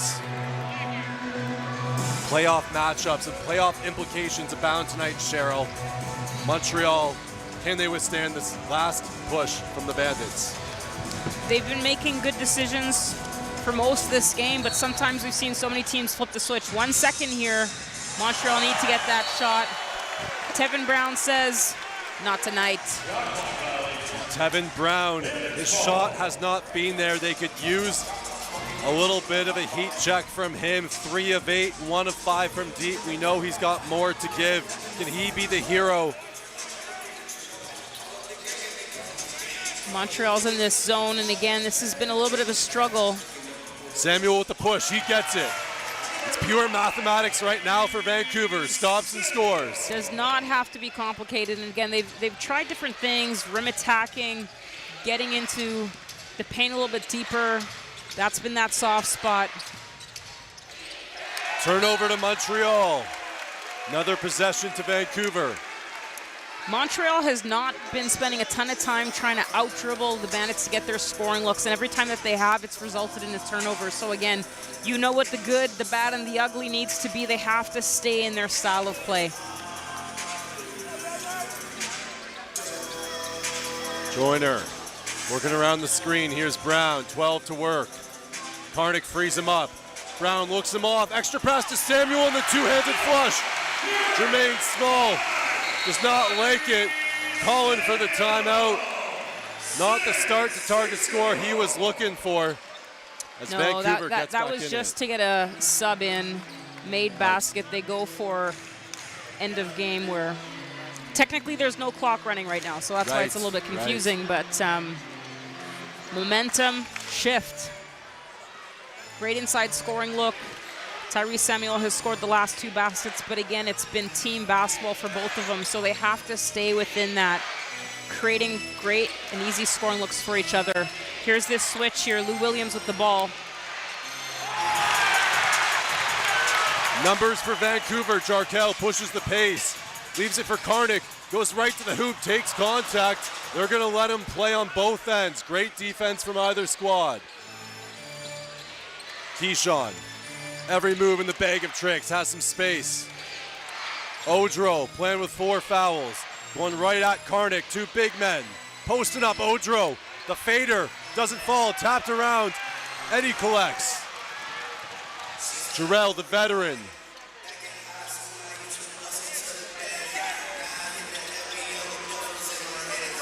Inside to Samuel. Up top to Karnik, takes contact. Couldn't finish, but again, you see that big to big in a tight space. Montreal trying to force that extra pass. Vancouver back to the free throw line. This is, you know, we've seen the Bandits target time kind of change their style of play a little bit, where they've gone from really good team scoring looks to sometimes a little bit more isolation. It's flipped, where we've seen the struggle to try to get isolation scores throughout most of this game, and now they're trying to finish this with team basketball, and it's been working in their favor. Montreal, on the other hand, has been doing a great job of staying within their game. And the last few possessions, trying to get to too much ball handling, try scoring looks. They're now looking at this clock going, we only need 5 possessions on offense, but the way they've been doing it this whole game is by getting 5 great defensive. And that's where they have to keep thinking about, get the stops that lead to really great scoring looks. Karnik hits them both. Chukwuemeka has the mismatch. Williams the third. Doesn't go. Joyner tapped about. Another possession for Montreal. Osawe looking to press. Chukwuemeka on Samuel. Inside to Odro. Throws it up in time. Doesn't fall. Brown up to Eddie. Eddie dials it up. Doesn't go. Great hustle from Osawe as Eddie can't convert. Chukwuemeka right to the hoop, throws it up, gets it to go, blowing right past Tyrese. Montreal back up 6. Chukwuemeka has been such a momentum killer for the Bandits today. Just when it feels like they're about to make a run, he comes in, timely scoring look. Karnik's been there for a long time.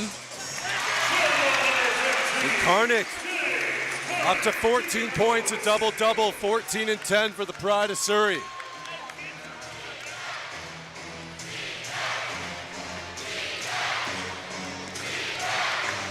Montreal 7 away, too much space.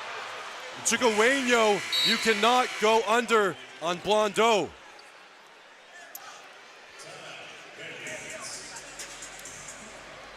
All of a sudden, 2 possessions away from Montreal.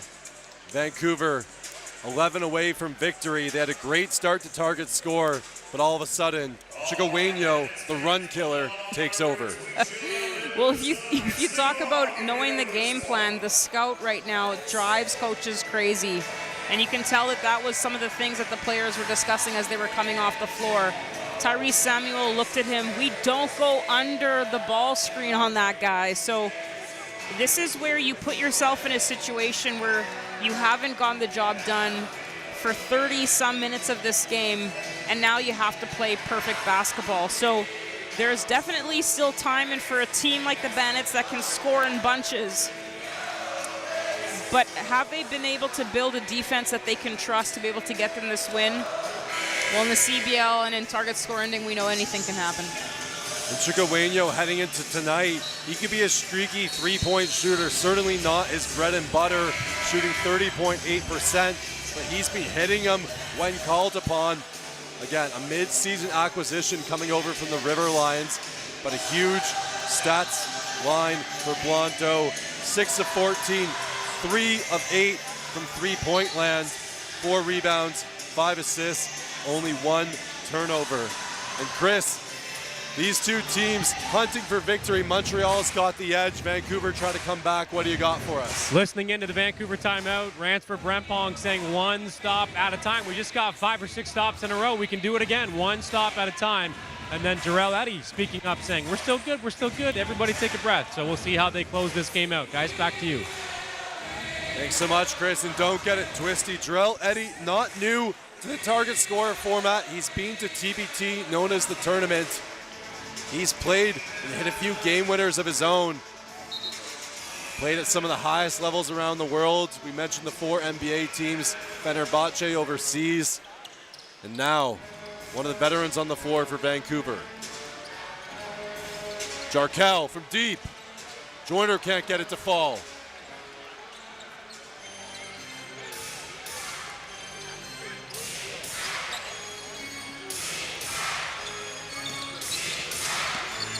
Chicoweño draws Samuel. 10 to work. Osawe, he likes this matchup. Head of steam, Osawe. Leaves it short.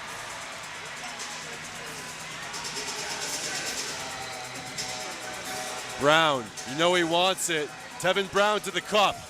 Doesn't get it to go, but Tyrese, 2-on-1, finishes it off glass. That works too, and again, 5-point deficit now. Trusting their defensive rotations, but more importantly, their defensive communication to get the job done. Montreal 2 possessions away. Crowd imploring the defense. Jarkel trying to stay in front of the screen. Batted around.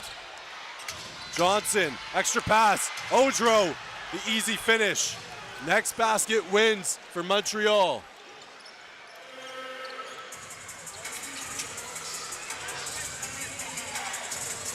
Jarkel leans in, doesn't go.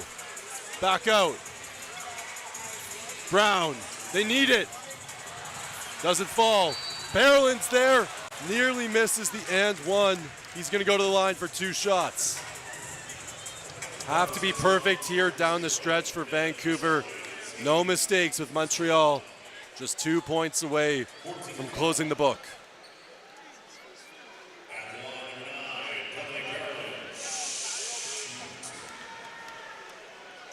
It'll be interesting to see and hear post-game reviews from the Bandits if they had to pick one thing, despite maybe not having the momentum or having the defensive focus. The big scoring inside. They've been getting good scoring looks, but some of those missed opportunities were the shots that they needed to make. James Karnick, 6 for 14. Tyrese, 10 for 15. Dom Perlin, 0 for 4. Getting to the free throw line on that last one. And if you look at some of those numbers, the majority of those scoring looks have been high percentages, high scoring looks, coming off offensive rebounds or some of those duck-ins. Joyner going with full speed. So this might be one of those games where you can change the tone of the room. understanding that playing that lackluster approach is really not helpful for anybody. Heroes have emerged from Montreal. They've stepped up. We've talked about the bench production. Prince Odro comes in season high in scoring for him with 13 points. Blondeau, Chicoweño, season high in three-pointers made in a game. And right now, all it's going to take is one more made field goal. You can be sure that Coach Rand's talking to his team about all the defensive decision-making, what you don't want to allow at the rim, anything close, got to protect the perimeter as well. Montreal, they've had that penetration. And right now, the five that they have on the floor, Osawe in double digits, Blondeau in double digits, Odro as well. Lou Williams has been active on the glass. Trent Johnson's hit timely buckets. They have multiple players who are ready to contribute and close this one out and improve to 9 and 10. This is not an easy gym to win in. History has shown that the Bandits over the last few years have been very good at home. So for Montreal, this is still something that you haven't accomplished yet.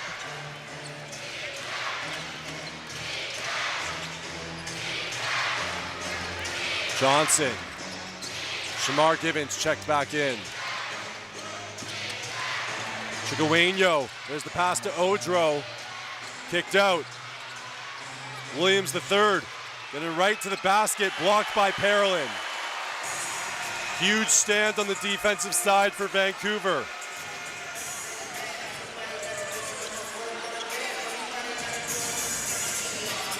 Shamar inside to Parolin. That's a tough catch, draws the foul. And that's going to be 5 against Montreal.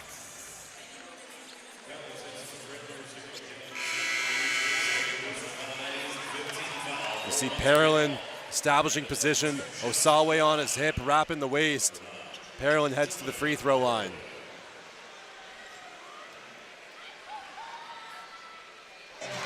Hits the first.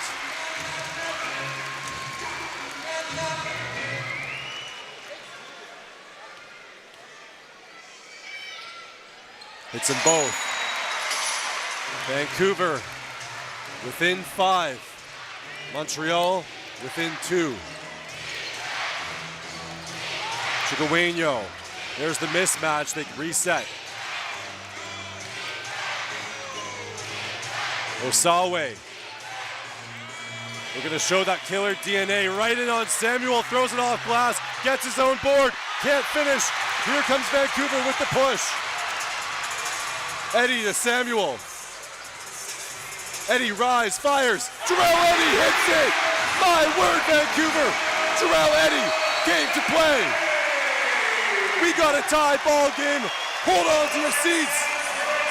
It's a showdown. It's a throwdown. It's the Wild West. Wild, Wild West is exactly. Great patient scoring look here. We know he has that fast trigger hand. And now it comes down to one possession. The Bandits have been holding that defensive rotation. It's not that Montreal hasn't had a good scoring look or scoring opportunities, but the ball has been getting in quite deep. Can you afford to let the ball get into the key, into the low charge circle area one more time and the ref not call this? And that's going to be the challenge for the Bandits, is to end this game potentially on free throws for the other team would be devastating for these fans. And so they're going to have to be sharp. We'll see if anything changes with the lineup on the floor, but Dom Parolin, great block, using their length, not necessarily following through on some of those, and the refs allowing basketball plays to happen. So one possession game. We'll see if it's a defensive one or offensive one that wins this for the Bandits. Montreal has been patient with the basketball. They've been seeking out that mismatch. But now also one of the factors is how much do these fans play a factor in the Bandits being able to hear themselves on the defensive end, but offensively as well for Montreal. Are they going to be able to hear their cues? So now the fans who have been, like you said earlier, holding their breath a little bit, we'll see much of an impact they make on this. One basket away from victory from either team. It's high noon at LEC. Who's going to draw first? Chigaweno, the deadly guard for Montreal. Crowd imploring Vancouver. Chance of defense at the LEC. Chigaweno going right to the basket. Fouls on the ground. Gonna reset the clock. Givens couldn't keep Blondeau in front of him. 14 to work. It's the third team foul against the Bandits.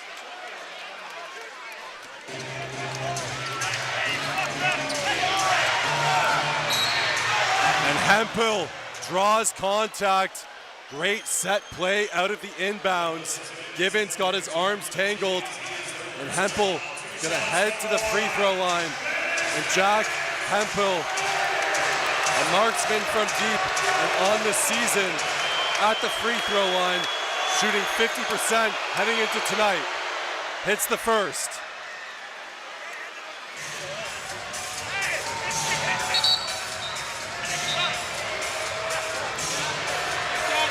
His first free throws of the game, and he's hit one. This next one will say goodnight to Vancouver.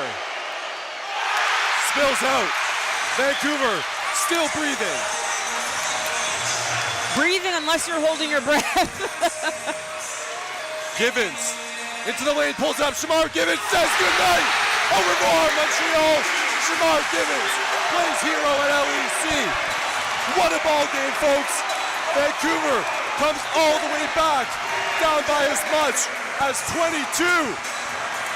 And Vancouver has clinched its 7th consecutive postseason berth, courtesy of game-winning pull-up from Shamar Givens. Well, for those who say mid-range doesn't win games, I think Shamar Givens has something to say about that.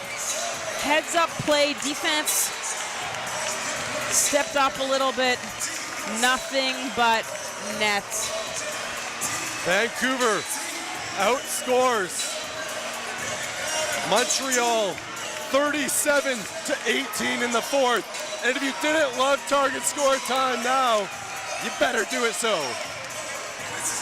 If you're Montreal, for anyone who's been watching FIFA soccer, they'll tell you, you could be the better team for the entire game, and all it takes is 1 or 2 moments where you let things go.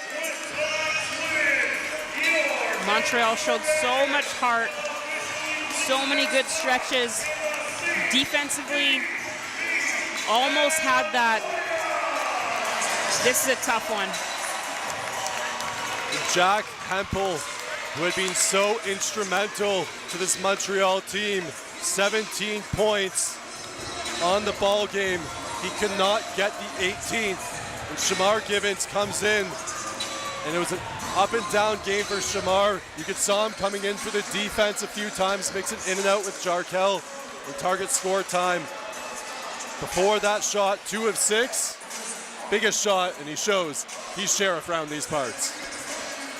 Can't forget where that started from, though. The ability to look into target time and understand we're going to have to get 5 or 6 stops multiple times. And at the end of the day, even with that last foul, went to the sideline, 14 seconds left. You could tell the fans were like, no, we would have had the defensive rebound. Able to maintain that. This is something that this organization can build on with this group of guys. It's not about what happened last year. It's not what about happened 3 weeks ago.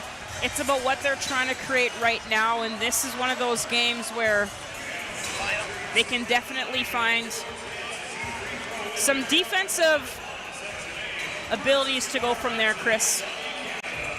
Chris joined now by our Booster Juice player of the game, Jarrell Eddy, 18 points, 5 of 7 from deep. Over to you, Chris. Jarrell, welcome to Vancouver. How about that win?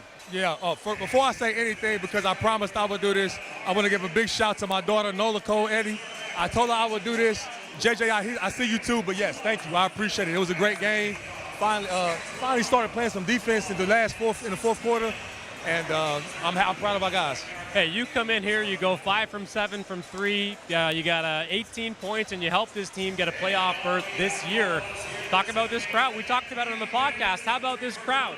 It was a great environment tonight. I mean, they really showed out for us. They made it tough for the other team. He missed that free throw because we so loud. So I really appreciate the fans. They showed out for us tonight. Hey, the Western Conference is a busy conference, as is the East. But out here in the West, you guys are off to Calgary again on Tuesday. How much confidence does this give your group moving forward? I mean, it's just right now, it's all coming together. You know, you want to build towards the playoffs. You want to continue to get better every game, continue to shore up things that we're unsure of. So it's great to be able to win so we can look at the film and get better, but not have to feel bad about losing. Appreciate the time, man. Congrats on the win. Yes, sir. Thank you. I appreciate it. There he is. Bandits debut, 18 points, 5 for 7 from the land beyond, and a great crowd here for his first Bandits experience. Guys, back to you. Jarrell Eddy, thanks so much, Chris. Becoming a fan favorite quickly, some timely threes throughout the game, Cheryl, and that's going to be huge heading into a big road trip against Calgary. They're going to have to find a way. That it's been the team that's been able to crush their soul a little bit, the Calgary Surge, and it's happened at home, it's happened on the road. So for them, in terms of what they need to shore up, you know, he made that comment about some of these defensive miscues, and I think a lot of it is how much does just flat-out effort in some of these defensive rotations, it solves a lot of problems. So, you know, you hear players, especially some of the players with more experience, Michael Mulder, you hear that from the sideline. You hear that constantly, hey, just get the defensive stop and see what happens. And, you know, we wanted to see the best of certain players. Jarkel Joyner played with some speed towards that end. Givens showed us what he can do to shut down a guard, whereas some of those scoring looks were happening a lot easier in the beginning of the game because of defensive miscues. So, yes, the film is going to be important to watch, understanding not necessarily what they have to get ready for the other team, but what they're giving up. Looking at kind of that internal focus and trying to figure out, okay, teams are trying to attack our mismatches, especially on the switches. What are we going to do to be a little bit more prepared for that? Because obviously Calgary has a way of finding those scoring looks as well. A lot more post-game analysis right around the corner. Jarrell Eddy, your Booster Juice player of the game. We got much more debriefing, a little more analysis on the playoff hunt, and more games to look ahead and forward to. Don't go anywhere. You're watching CBL Postgame live on CBC Gem, YouTube, and CEBL Plus.